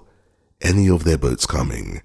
and might then, even before they would be ready to come on shore, convey myself unseen to some thickets of trees, in one of which there was a hollow large enough to conceal me entirely, and there I might sit and observe all their bloody doings, and take my full aim at their heads, when they were so close together that it would be next to impossible that I should miss my shot, or that I could fail wounding 3 or 4 of them at the first shot. In this place then I resolved to fulfill my design, and accordingly I prepared 2 muskets and my ordinary fowling piece. The 2 muskets I loaded with a brace of slugs each, and 4 or 5 smaller bullets, about the size of pistol bullets, and the fowling piece I loaded with near a handful of swan shot, of the largest size. I also loaded my pistols with about 4 bullets each, and in this posture, well provided with ammunition for a second and third charge, I prepared myself for my expedition. After I had thus laid the scheme of my design and in my imagination put it in practice, I continually made my tour every morning to the top of the hill, which was from my castle, as I called it, about 3 miles or more, to see if I could observe any boats upon the sea, coming near the island or standing over towards it. But I began to tire of this hard duty, after I had for 2 or 3 months constantly kept my watch, but came always back without any discovery, there having not, in all that time, been the least appearance not only on or near the shore, but on the whole ocean, so far as my eye or glass could reach every way. As long as I kept my daily tour to the hill to look out, so long as I kept up the vigour of my design, and my spirit seemed to be all the while in a subtle frame for so outrageous an execution as the killing of 20 or 30 naked savages, for an offence which I had not at all entered into any discussion of in my thoughts, any farther than my passions were at first fired by the horror I conceived at the unnatural custom of the people of that country who, it seems, had been suffered by Providence, in his wise disposition of the world, to have no other guide than that of their own abominable and vitiated passions, and consequently were left, and perhaps had been so for some ages, to act such horrid things and receive such dreadful customs as nothing but nature entirely abandoned by heaven, and actuated by some hellish degeneracy, could have run them into.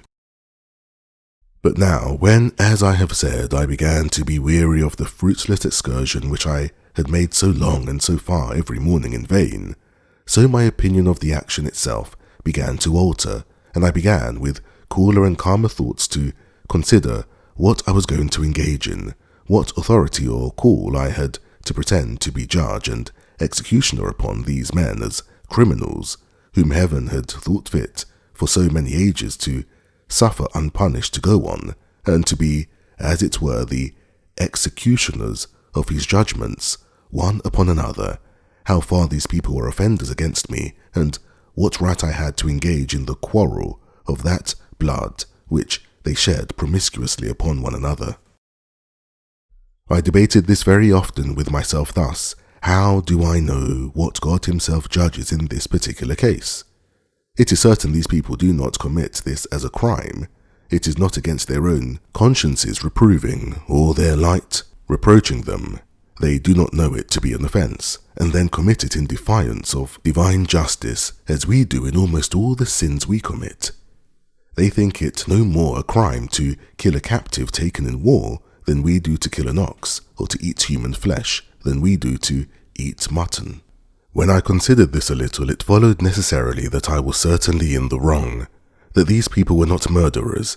in the sense that I had before condemned them in my thoughts any more than those Christians were murderers who often put to death the prisoners taken in battle, or more frequently, upon many occasions, put whole troops of men to the sword without giving quarter, though they threw down their arms and submitted.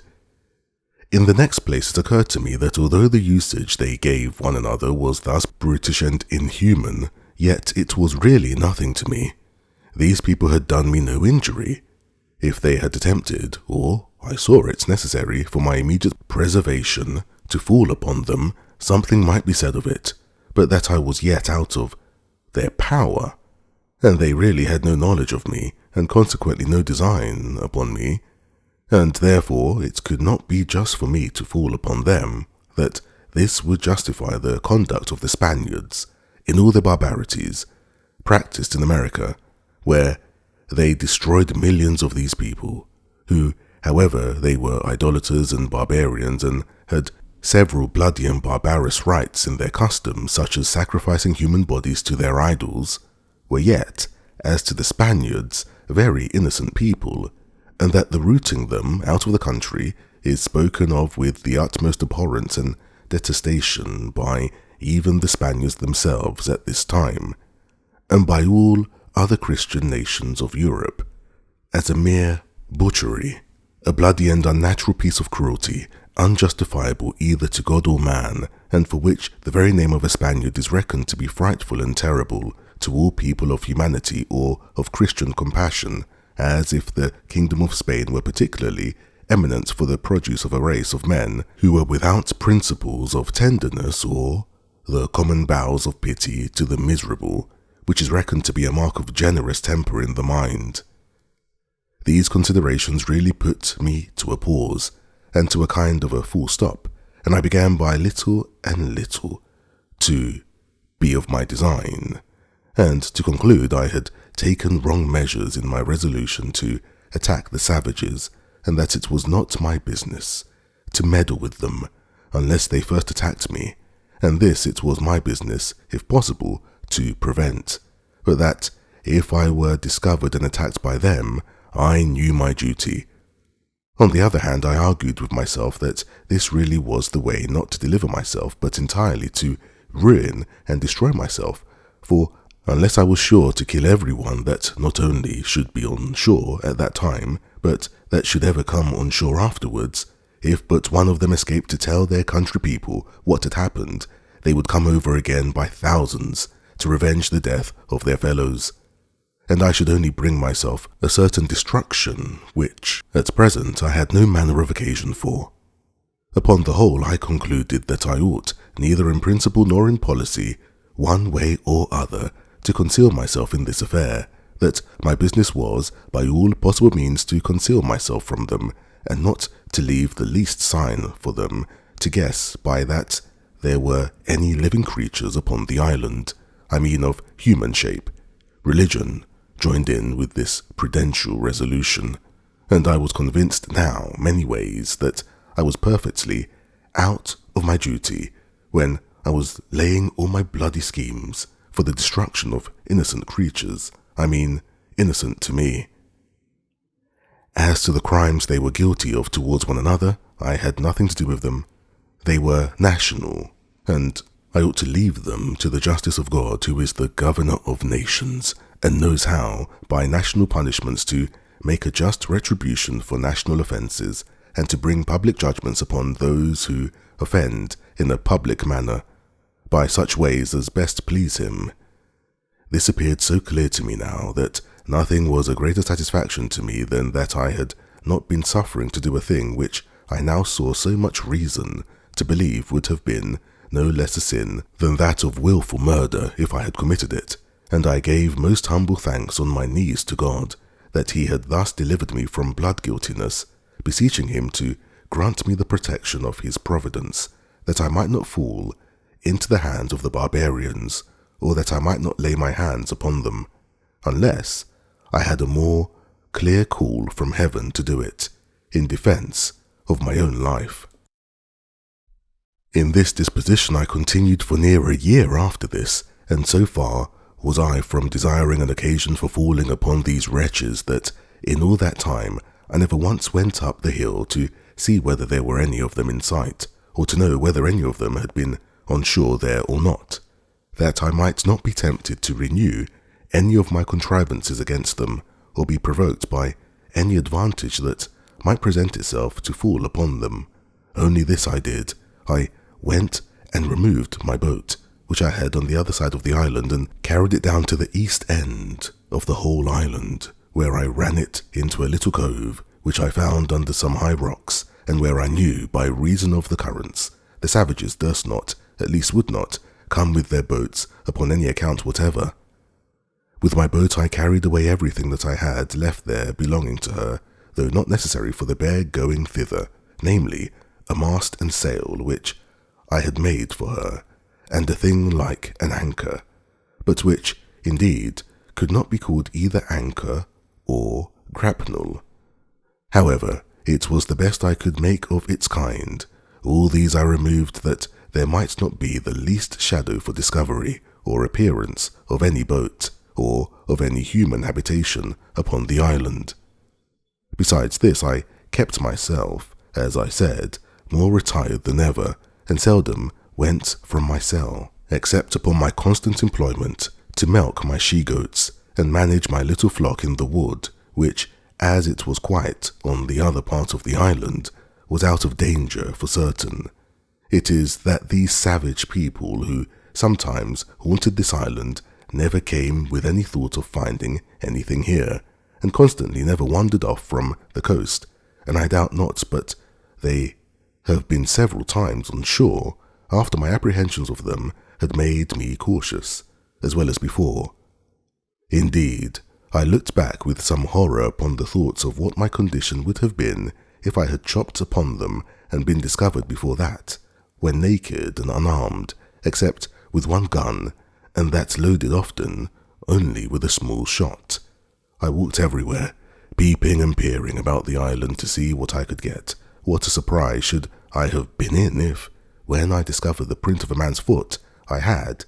instead of that, seen 15 or 20 savages and found them pursuing me, and by the swiftness of their running, no possibility of my escaping them. The thoughts of this sometimes sank my very soul within me, and distressed my mind so much that I could not soon recover it, to think what I should have done, and how I should not only have been unable to resist them, but even should not have had presence of mind enough to do what I might have done, much less what now, after so much consideration and preparation, I might be able to do. Indeed, after serious thinking of these things, I would be melancholy, and sometimes it would last a great while, but I resolved it all at last into thankfulness to that Providence which had delivered me from so many unseen dangers, and had kept me from those mischiefs which I could have no way been the agent of delivering myself from, because I had not the least notion of any such thing depending, or the least supposition of its being possible. This renewed a contemplation which often had come into my thoughts in former times, when, first, I began to see the merciful dispositions of heaven in the dangers we run through in this life, how wonderfully we are delivered when we know nothing of it, how, when we are in a quandary, as we call it, a doubting or hesitation whether to go this way or that way, a secret hint shall direct us this way, when we intended to go that way, nay, when sense, our own inclination, and perhaps business has called us to go the other way.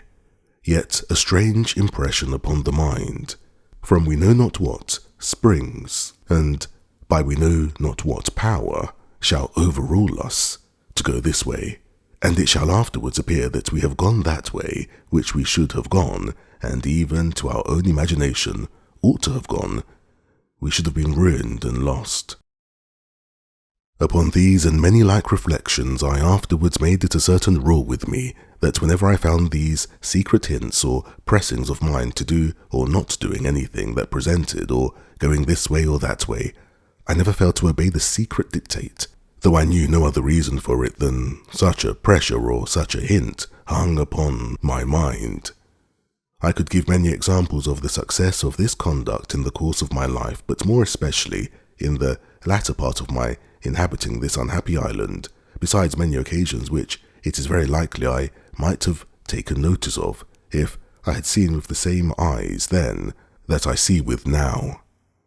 But it is never too late to be wise, and I cannot but advise all considering men whose lives are attended with such extraordinary incidents as mine, or even though not so extraordinary, not to slight such secret intimations of Providence, let them come from what invisible intelligence they will. That I shall not discuss, and perhaps cannot account for, but certainly they are a proof of the converse of spirits, and a secret communication between those embodied and those unembodied, and such a proof as can never be withstood, or which I shall have occasion to give some remarkable instances in the remainder of my solitary residence in this dismal place.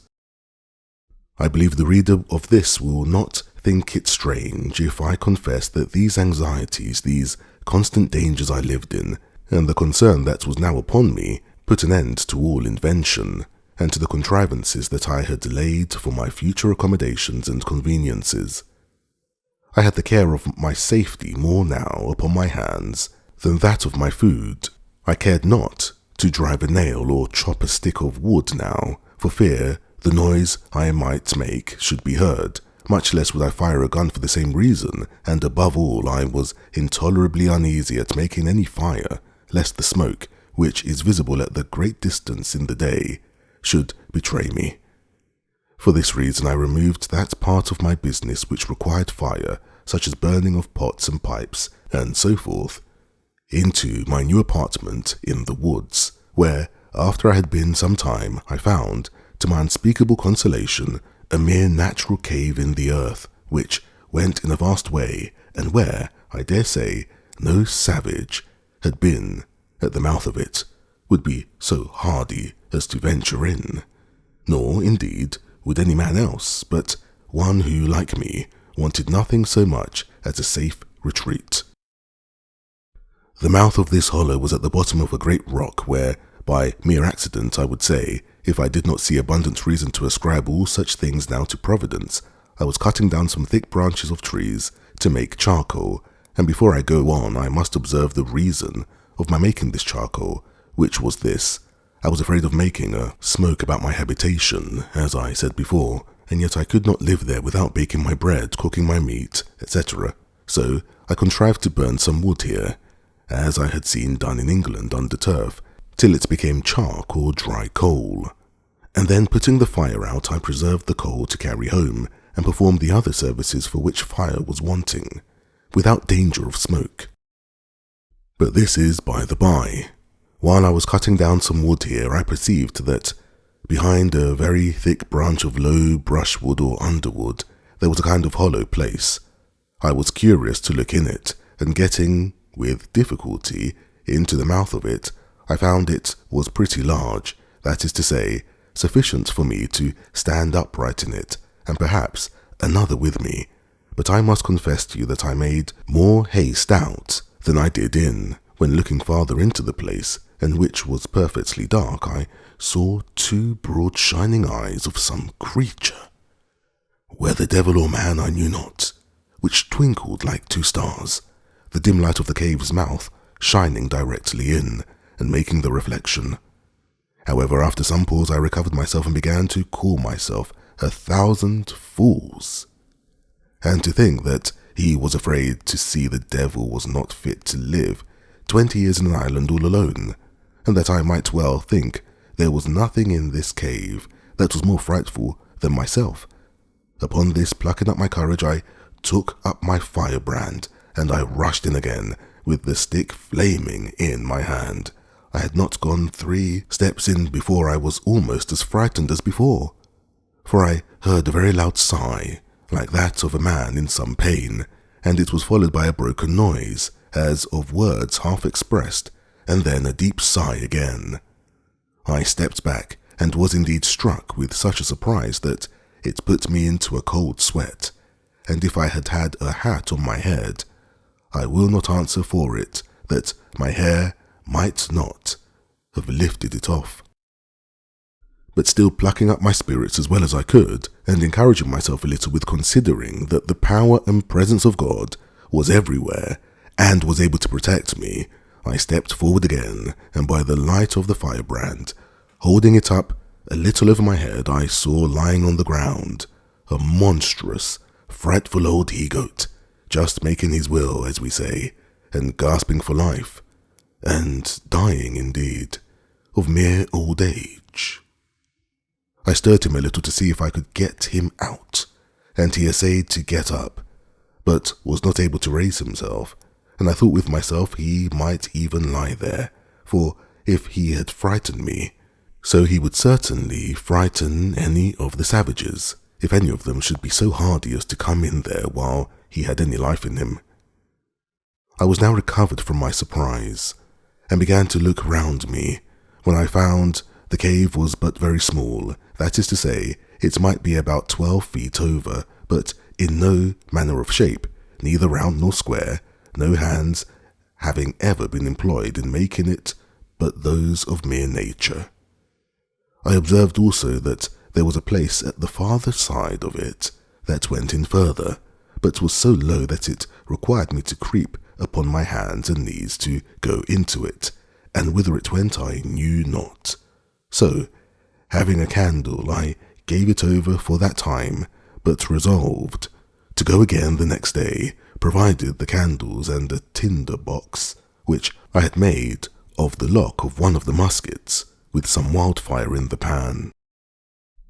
Accordingly, the next day, I came provided with 6 large candles of my own making, for I made very good candles now of goat's tallow, but was hard set for candle wick, using sometimes rags or rope yarn, and sometimes the dried rind of a weed like nettles, and going into this low place I was obliged to creep upon all fours, as I have said, almost 10 yards, which, by the way, I thought was a venture bold enough, considering that I knew not how far it might go, nor what was beyond it. When I had got it this straight, I found the roof rose higher up, I believe near 20 feet, but never was such a glorious sight seen in the island, I dare say, as it was to look around the sides and roof of this vault or cave. The wall reflected 100,000 lights to me from my 2 candles. What it was in the rock, whether diamonds or any other precious stones or gold, which I rather supposed it to be, I knew not. The place I was in was a most delightful cavity or grotto, though perfectly dark. The floor was dry and level, and had a sort of a small, loose gravel upon it, so that there was no nauseous or venomous creature to be seen, neither was there any damp or wet on the sides or roof. The only difficulty in it was the entrance, which, however, as it was a place of security, and such a retreat as I wanted, I thought was a convenience, so that I was really rejoiced at the discovery, and resolved, without any delay, to bring some of those things which I was most anxious about to this place. Particularly, I resolved to bring hither my magazine of powder, and all my spare arms, namely 2 fowling pieces, for I had 3 in all, and 3 muskets, for of them I had 8 in all, so I kept in my castle only 5, which stood ready mounted like pieces of cannon on my outmost fence, and were ready to take out upon any expedition. Upon this occasion of removing my ammunition, I happened to open the barrel of powder which I took out of the sea, and which had been wet, and I found that the water had penetrated about 3 or 4 inches into the powder on every side, which, caking and growing hard, had preserved the inside like a kernel in the shell, so that I had near 60 pounds of very good powder in the centre of the cask. This was a very agreeable discovery to me at the time, so I carried all away thither, never keeping above 2 or 3 pounds of powder with me in my castle, for fear of a surprise of any kind. I also carried thither all the lead I had left for bullets. I fancied myself now like one of the ancient giants who were said to live in caves and holes in the rocks, where none could come at them, for I persuaded myself while I was here that if 500 savages were to hunt me, they could never find me out, or if they did, they would not venture to attack me here. The old goat whom I found expiring died in the mouth of the cave the next day after I made this discovery, and I found it much easier to dig a great hole there and throw him in and cover him with earth than to drag him out, so I interred him there to prevent offence to my nose. Chapter 13. Wreck of a Spanish Ship. I was now in the 23rd year of my residence in the island, and was so naturalized to the place and the manner of living that, could I but have enjoyed the certainty that no savages would come to the place to disturb me, I could have been content to have capitulated for spending the rest of my time there, even to the last moment, till I had laid me down and died, like the old goat in the cave. I had also arrived to some little diversions and amusements which made the time pass a great deal more pleasantly with me than it did before. First, I had taught my Paul, as I noted before, to speak, and he did it so familiarly and talked so articulately and plain that it was very pleasant to me, and he lived with me no less than 26 years. How long he might have lived afterwards I know not, though I know they have a notion in the Brazils that they live 100 years. My dog was a pleasant and loving companion to me for no less than 16 years of my time, and then he died of mere old age. As for my cats, they multiplied, as I have observed, to that degree, that I was obliged to shoot several of them at first, to keep them from devouring me and all I had. But at length, when the 2 old ones I brought with me were gone, and after some time continually driving them from me, and letting them have no provision with me, they all ran wild into the woods, except 2 or 3 favourites which I kept tame, and whose young, when they had any, I always drowned, and these were part of my family. Besides these, I always kept 2 or 3 household kids about me, whom I taught to feed out of my hand, and I had 2 more parrots which talked pretty well, and would call Robinson Crusoe, but none like my first, nor indeed did I take the pains with any of them that I had done with him. I had also several tame sea-fowls, whose name I knew not, that I caught upon the shore, and cut their wings, and the little stakes which I had planted before my castle wall, being now grown up to a good thick grove, these fowls all lived among these low trees, and bred there, which was very agreeable to me, so that, as I said above, I began to be very well contented with the life I led. If I could have been secured from the dread of savages, but it was otherwise directed, and it may not be amiss for all people who shall meet with my story to make this just observation from it, how frequently in the course of our lives the evil which in itself we seek most to shun, and which, when we are fallen into, is the most dreadful to us, is sometimes the very means of our door of our deliverance, by which none alone we can be raised again from the affliction we are fallen into. I could give many examples of this in the course of my unaccountable life, but in nothing was it more particularly remarkable than in the circumstances of my last years of solitary residence in this island. It was now the month of December, as I said above, in my 23rd year, and this, being the southern solstice, for winter I cannot call it, was the particular time of my harvest, and required me to be pretty much abroad in the fields, when going out early in the morning, even before it was thorough daylight, I was surprised with seeing a light of some fire upon the shore, at a distance from me of about 2 miles, towards that part of the island where I had observed some savages had been, as before, and not on the other side. But to my great affliction, it was on my side of the island. I was indeed terribly surprised at the sight, and stopped short within my grove, not daring to go out, lest I might be surprised, and yet I had no more peace within, from the apprehensions I had that if these savages in rambling over the island should find my corn standing or cut, or any of my works or improvements, they would immediately conclude that there were people in the place, and would then never rest till they found me out. In this extremity, I went back directly to my castle, pulled up the ladder after me, and made all things without look as wild and natural as I could. Then I prepared myself within, putting myself in a posture of defence. I loaded all my cannon, as I called them, that is to say my muskets, which were mounted upon my new fortification, and all my pistols, and resolved to defend myself to the last gasp, not forgetting seriously to commend myself to the divine protection, and earnestly to pray to God to deliver me out of the hands of the barbarians. I continued in this posture about 2 hours, and began to be impatient for intelligence abroad, for I had no spies to send out. After sitting a while longer and musing what I should do in this case, I was not able to bear sitting in ignorance any longer. So, setting up my ladder to the side of the hill, where there was a flat place, as I observed before, and then pulling the ladder after me, I set it up again and mounted to the top of the hill, and pulling out my perspective glass, which I had taken on purpose, I laid me down flat on my belly on the ground, and began to look for the place.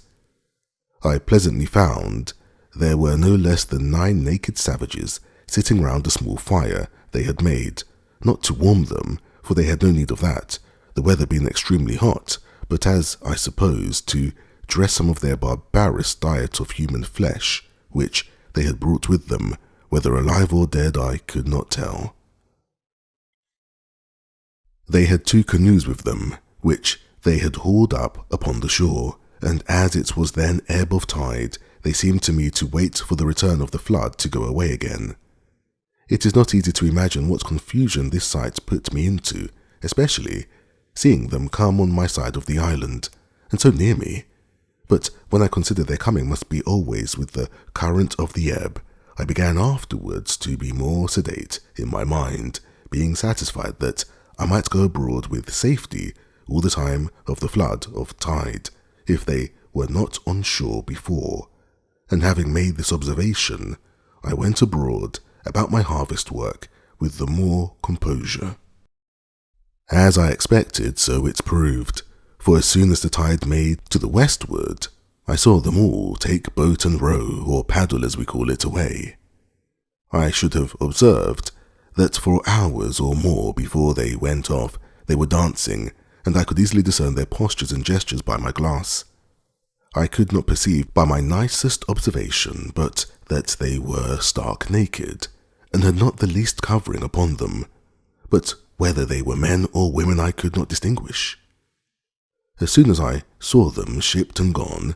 I took 2 guns upon my shoulders and 2 pistols in my girdle, and my great sword by my side without a scabbard, and with all the speed I was able to make, went away to the hill, where I had discovered the first appearance of all, and as soon as I got thither, which was not in less than 2 hours, for I could not go quickly, being so loaded with arms as I was, I perceived there had been 3 canoes more of the savages at that place, and looking out farther, I saw they were all at sea together, making over for the main. This was a dreadful sight to me, especially as, going down to the shore, I could see the marks of horror which the dismal work they had been about had left behind it, namely the blood, the bones, and the part of the flesh of human bodies eaten and devoured by those wretches with merriment and sport. I was so filled with indignation at the sight that I now began to premeditate the destruction of the next that I saw there, let them be whom or how many soever. It seemed evident to me that the visits which they made thus to this island were not very frequent, for it was about 15 months before any more of them came on shore there again. That is to say, I neither saw them nor any footsteps or signals of them in all that time, for as to the rainy seasons, then they are sure not to come abroad, at least not so far. Yet all this while I lived uncomfortably by reason of the constant apprehension of their coming upon me by surprise, from whence I observe that the expectation of evil is more bitter than the suffering, especially if there is no room to shake off that expectation of those apprehensions. During all this time I was in a murdering humour, and spent most of my hours which should have been better employed in contriving how to circumvent and fall upon them the very next time I should see them, especially if they should be divided, as they were last time, into 2 parties. Nor did I consider at all if I killed one party, suppose 10 or a dozen, I was still the next day, or week, or month, to kill another, and so another, even ad infinitum,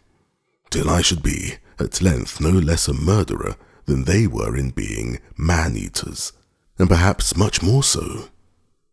I spent my days now in great perplexity and anxiety of mind, expecting that I should one day or other fall into the hands of these merciless creatures, and if I did at any time venture abroad, it was not without looking around me with the greatest care and caution imaginable. And now I found, to my great comfort, how happy it was that I had provided a tame flock or herd of goats, for I durst not, upon any account, fire my gun, especially near that side of the island where they usually came, lest I should alarm the savages, and if they had fled from me now, I was sure to have them come again, with perhaps 200 or 300 canoes with them, in a few days, and then I knew what to expect. However, I wore out 1 year and 3 months more before I ever saw any more savages, and then I found them again, as I shall soon observe. It is true they might have been there once or twice, but either they made no stay, or at least I did not see. But in the month of May, as near as I could calculate, and in my 24th year, I had a very strange encounter with them, of which, in its place, the perturbation of my mind during this 15 or 16 months interval was very great. I slept unquietly, dreamed always frightful dreams, and often started out of my sleep in the night. In the day, Great troubles overwhelmed my mind, and in the night I dreamed often of killing the savages and of the reasons why I might just justify doing it. But to waive all this for a while, it was in the middle of May, on the 16th day, I think, as well as my poor wooden calendar would reckon, for I marked all upon this post still. I say, it was on the 16th of May that it blew a very great storm of wind all day, and a great deal of lightning and thunder, and a very foul night it was after it. I knew not what was the particular occasion of it, but as I was reading the Bible, and taken up with very serious thoughts about my present condition, I was surprised with the noise of a gun, as I thought, fired at sea. This was to be sure a surprise quite of a different nature from any I had met with before, for the notions this put into my thoughts were quite of another kind.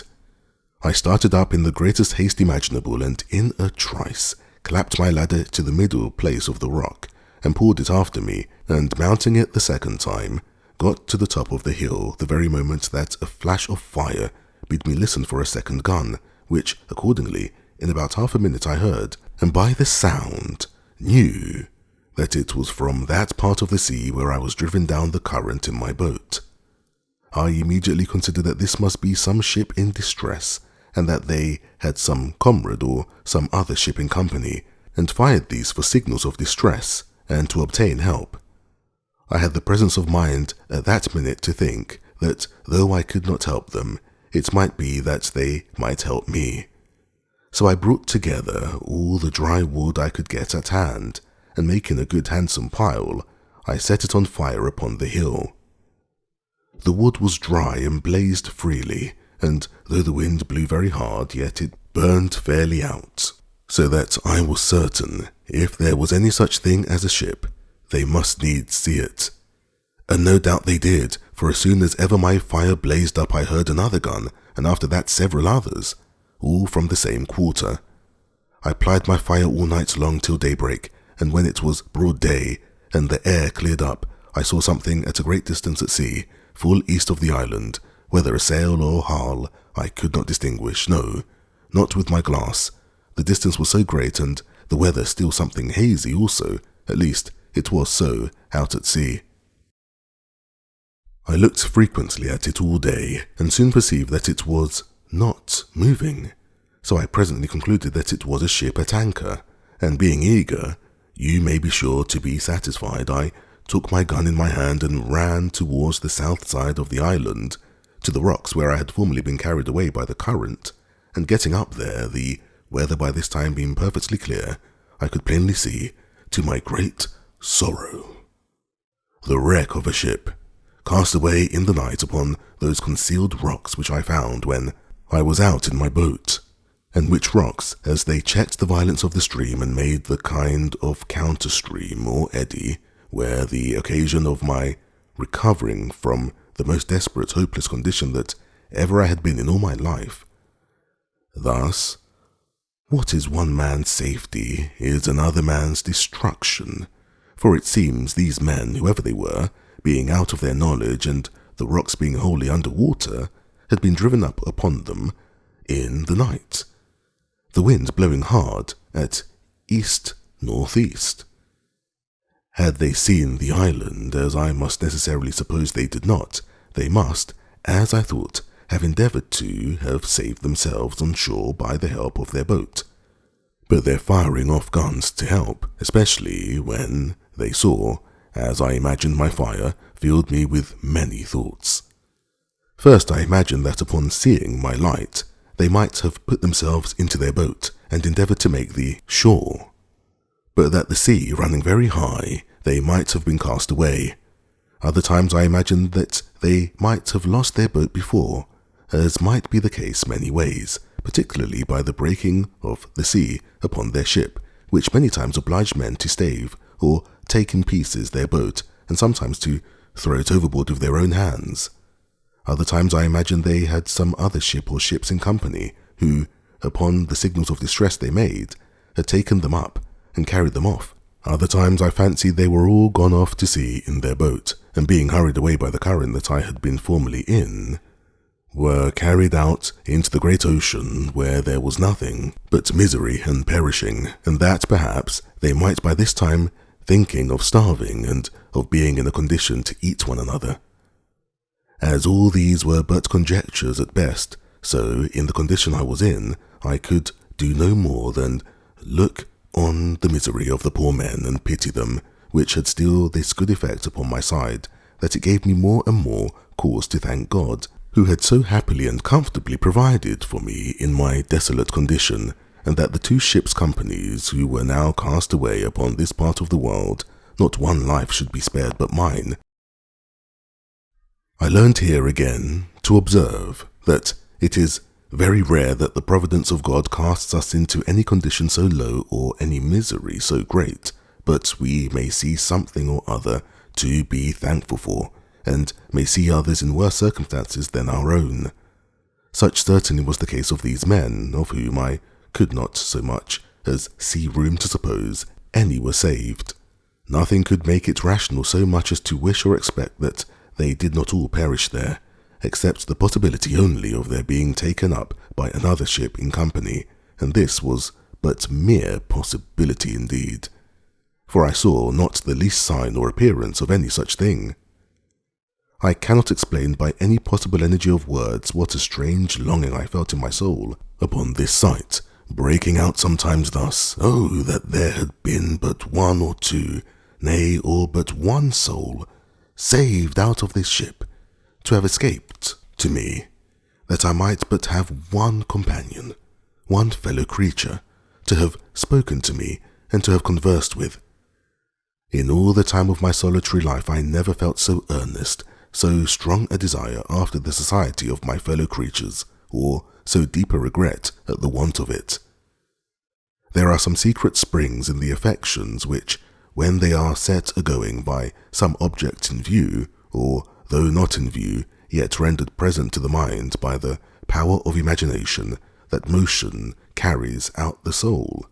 by its impetuosity, to such violent, eager embracings of the object, that the absence of it is insupportable.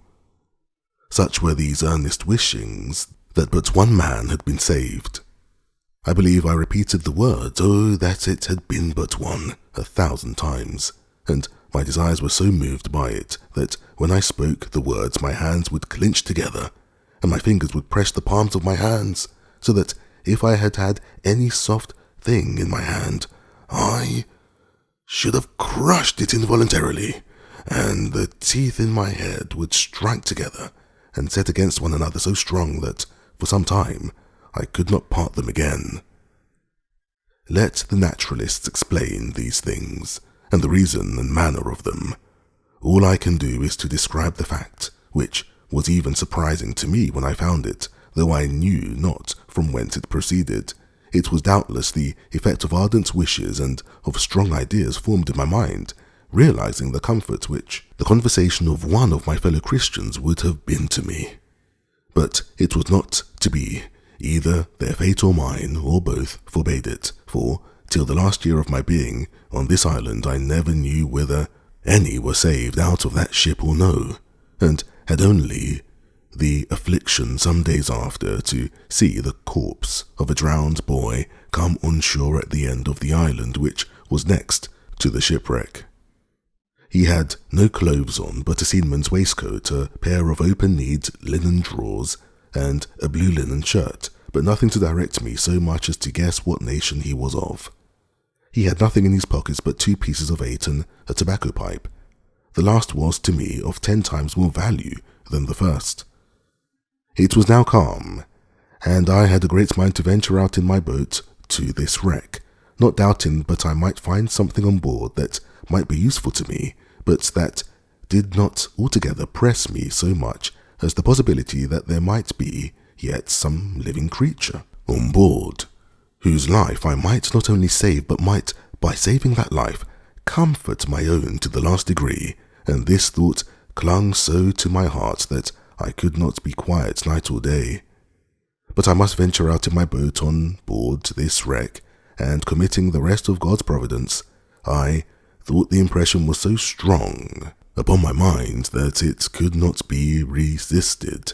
that it must come from some invisible direction, and that I should be wanting to myself if I did not go. Under the power of this impression, I hastened back to my castle, prepared everything for my voyage, took a quantity of bread, a great pot of fresh water, a compass to steer by, a bottle of rum, for I still had a great deal of that left, and a basket of raisins, and thus, loading myself with every necessary, I went down to my boat, got the water out of her, got her afloat, loaded all my cargo in her, and then went home again for more. My second cargo was a great bag of rice, the umbrella to set up over my head for a shade, another large pot of water, and about 24 of small loaves or barley cakes, more than before, with a bottle of goat's milk, and a cheese, all of which, with great labour and sweat, I carried to my boat, and praying to God to direct my voyage, I put out, and rowing or paddling the canoe along the shore, came at last to the utmost point of the island on the north-east side. And now I was to launch out into the ocean, and either to venture or not to venture. I looked on to the rapid currents which ran constantly on both sides of the island at a distance, and which was very terrible to me from the remembrance of the hazard I had been in before, and my heart began to fail me, and I foresaw that if I was driven into either of those currents, I should be carried a great way out to sea, and perhaps out of my reach or sight of the island again, and that then, as my boat was but small, if any little gale of wind should rise, I should be inevitably lost. These thoughts so oppressed my mind that I began to give over my enterprise, and having hauled my boat into a little creek on the shore, I stepped out and sat down upon a rising bit of ground, very pensive and anxious, between fear and desire, about my voyage, when, as I was musing, I could perceive that the tide was turned, and the flood came on, upon which my going was impracticable for so many hours. Upon this, presently it occurred to me that I should go up to the highest piece of ground I could find, and observe, if I could, how the sets of the tide or currents lay when the flood came in, that I might judge whether, if I was driven one way out, I might not expect to be driven another way home, with the same rapidity of the currents. This thought was no sooner in my head than I cast my eye upon a little hill which sufficiently overlooked the sea both ways, and from whence I had a clear view of the currents or sets of the tide, and which way I was to guide myself in my return. Here I found that as the current of ebb set out close by the south point of the island, so the current of the flood set in close by the shore of the north side, and that I had nothing to do but to keep to the north side of the island in my return, and I should do well enough. Encouraged by this observation, I resolved the next morning to set out with the first of the tide, and reposing myself for the night in my canoe, under the watch-coat I mentioned, I launched out. I first made a little out to sea, full north, till I began to feel the benefit of the current, which set eastward, and which carried me at a great rate, and yet did not so hurry me as the current of the south side had done before, so as to take from me all government of the boat. But having a strong steerage with my paddle, I went at a great rate directly for the wreck, and in less than 2 hours I came up to it. It was a dismal sight to look at. The ship, which by its building was Spanish, stuck fast, jammed in between two rocks. All the stern and quarter of her were beaten to pieces by the sea, and as her forecastle, which stuck in the rocks, had run on with great violence, her mainmast and foremast were brought by the broad, that is to say, broken short off, but her bowsprit was sound, and the head and bow appeared firm. When I came close by her, a dog appeared upon her, who, seeing me coming, yelped and cried, and as soon as I called him, jumped into the sea to come to me. I took him to the boat, but found him almost dead with hunger and thirst. I gave him a cake of my bread, and he devoured it like a ravenous wolf that had been starving a fortnight in the snow. I then gave the poor creature some fresh water, with which, if I would have let him, he would have burst himself. After this I went on board, but the first sight I met with was 2 men drowned in the cook-room or forecastle of the ship, with their arms fast about one another. I concluded, as this is indeed probable, that when the ship struck, in being in a storm, the sea broke so high and so continually over her that the men were not able to bear it, and were strangled with the constant rushing in of the water as much as they had been under water. Besides the dog, there was nothing left in the ship that had life, nor any goods that I could see, but what was spoiled by the water. There were some casks of liquor, whether wine or brandy I knew not, which lay lower in the hold, and which, the water being ebbed out, I could see, but they were too big to meddle with. I saw several chests, which I believe belonged to some of the seamen, and I got 2 of them in the boat, without examining what was in them. Had the stern of the ship been fixed, and the foreparts broken off, I am persuaded I might have made a good voyage, for by what I found in those 2 chests I had room to suppose the ship had a great deal of wealth on board, and if I may guess from the course she steered, she must have been bound from Buenos Aires, or the Rio de la Plata, in the south part of America, beyond the Brazils, to the Havana in the Gulf of Mexico, and so perhaps to Spain. She had no doubt a great treasure in her, but of no use at that time to anybody, and what became of the crew I then knew not. I found, besides these chests, a little cask full of liquor, about 20 gallons, which I got into my boat with much difficulty. There were several muskets in the cabin, and a great powder horn, and about 4 pounds of powder in it. As for the muskets, I had no occasion for them, so I left them, but took the powder horn. I took a fire shovel and tongs, which I wanted extremely, as also 2 little brass kettles, a copper pot to make chocolate, and a gridiron. And with this cargo and the dog, I came away, the tide beginning to make home again, and the same evening, about an hour within night, I reached the island again, weary and fatigued to the last degree. I reposed that night in the boat, and in the morning I resolved to harbour what I had got in my new cave, and not carry it home to my castle. After refreshing myself, I got all my cargo on shore, and began to examine the particulars. The cask of liquor I found to be a kind of rum, but not such as we had in the Brazils, and, in a word, not all good. But when I came to open the chests, I found several things of great use to me. For example, I found in one a fine case of bottles of an extraordinary kind, and filled with cordial waters, fine and very good. The bottles held about 3 pints each, and were tipped with silver. I found 2 pots of very good succades, or sweetmeats, so fastened also on the top that the salt water had not hurt them, and 2 more of the same, which the water had spoiled. I found some very good shirts, which were very welcome to me, and about 12 of white linen handkerchiefs and coloured neckcloths. The former were also very welcome, being exceedingly refreshing to wipe my face in a hot day. Besides this, when I came to the till in the chest, I found there 3 great bags of pieces of 8, which held about 1100 pieces in all, and in one of them, wrapped up in a paper, 6 doubloon of gold, and some small bars of wedges of gold. I suppose they might all weigh near a pound. In the other chest were some cloves, but of little value, but by the circumstances it must have belonged to the gunner's mate, though there was no powder in it, except 2 pounds of fine glazed powder in 3 flasks, kept, I suppose, for charging their fowling pieces on occasion.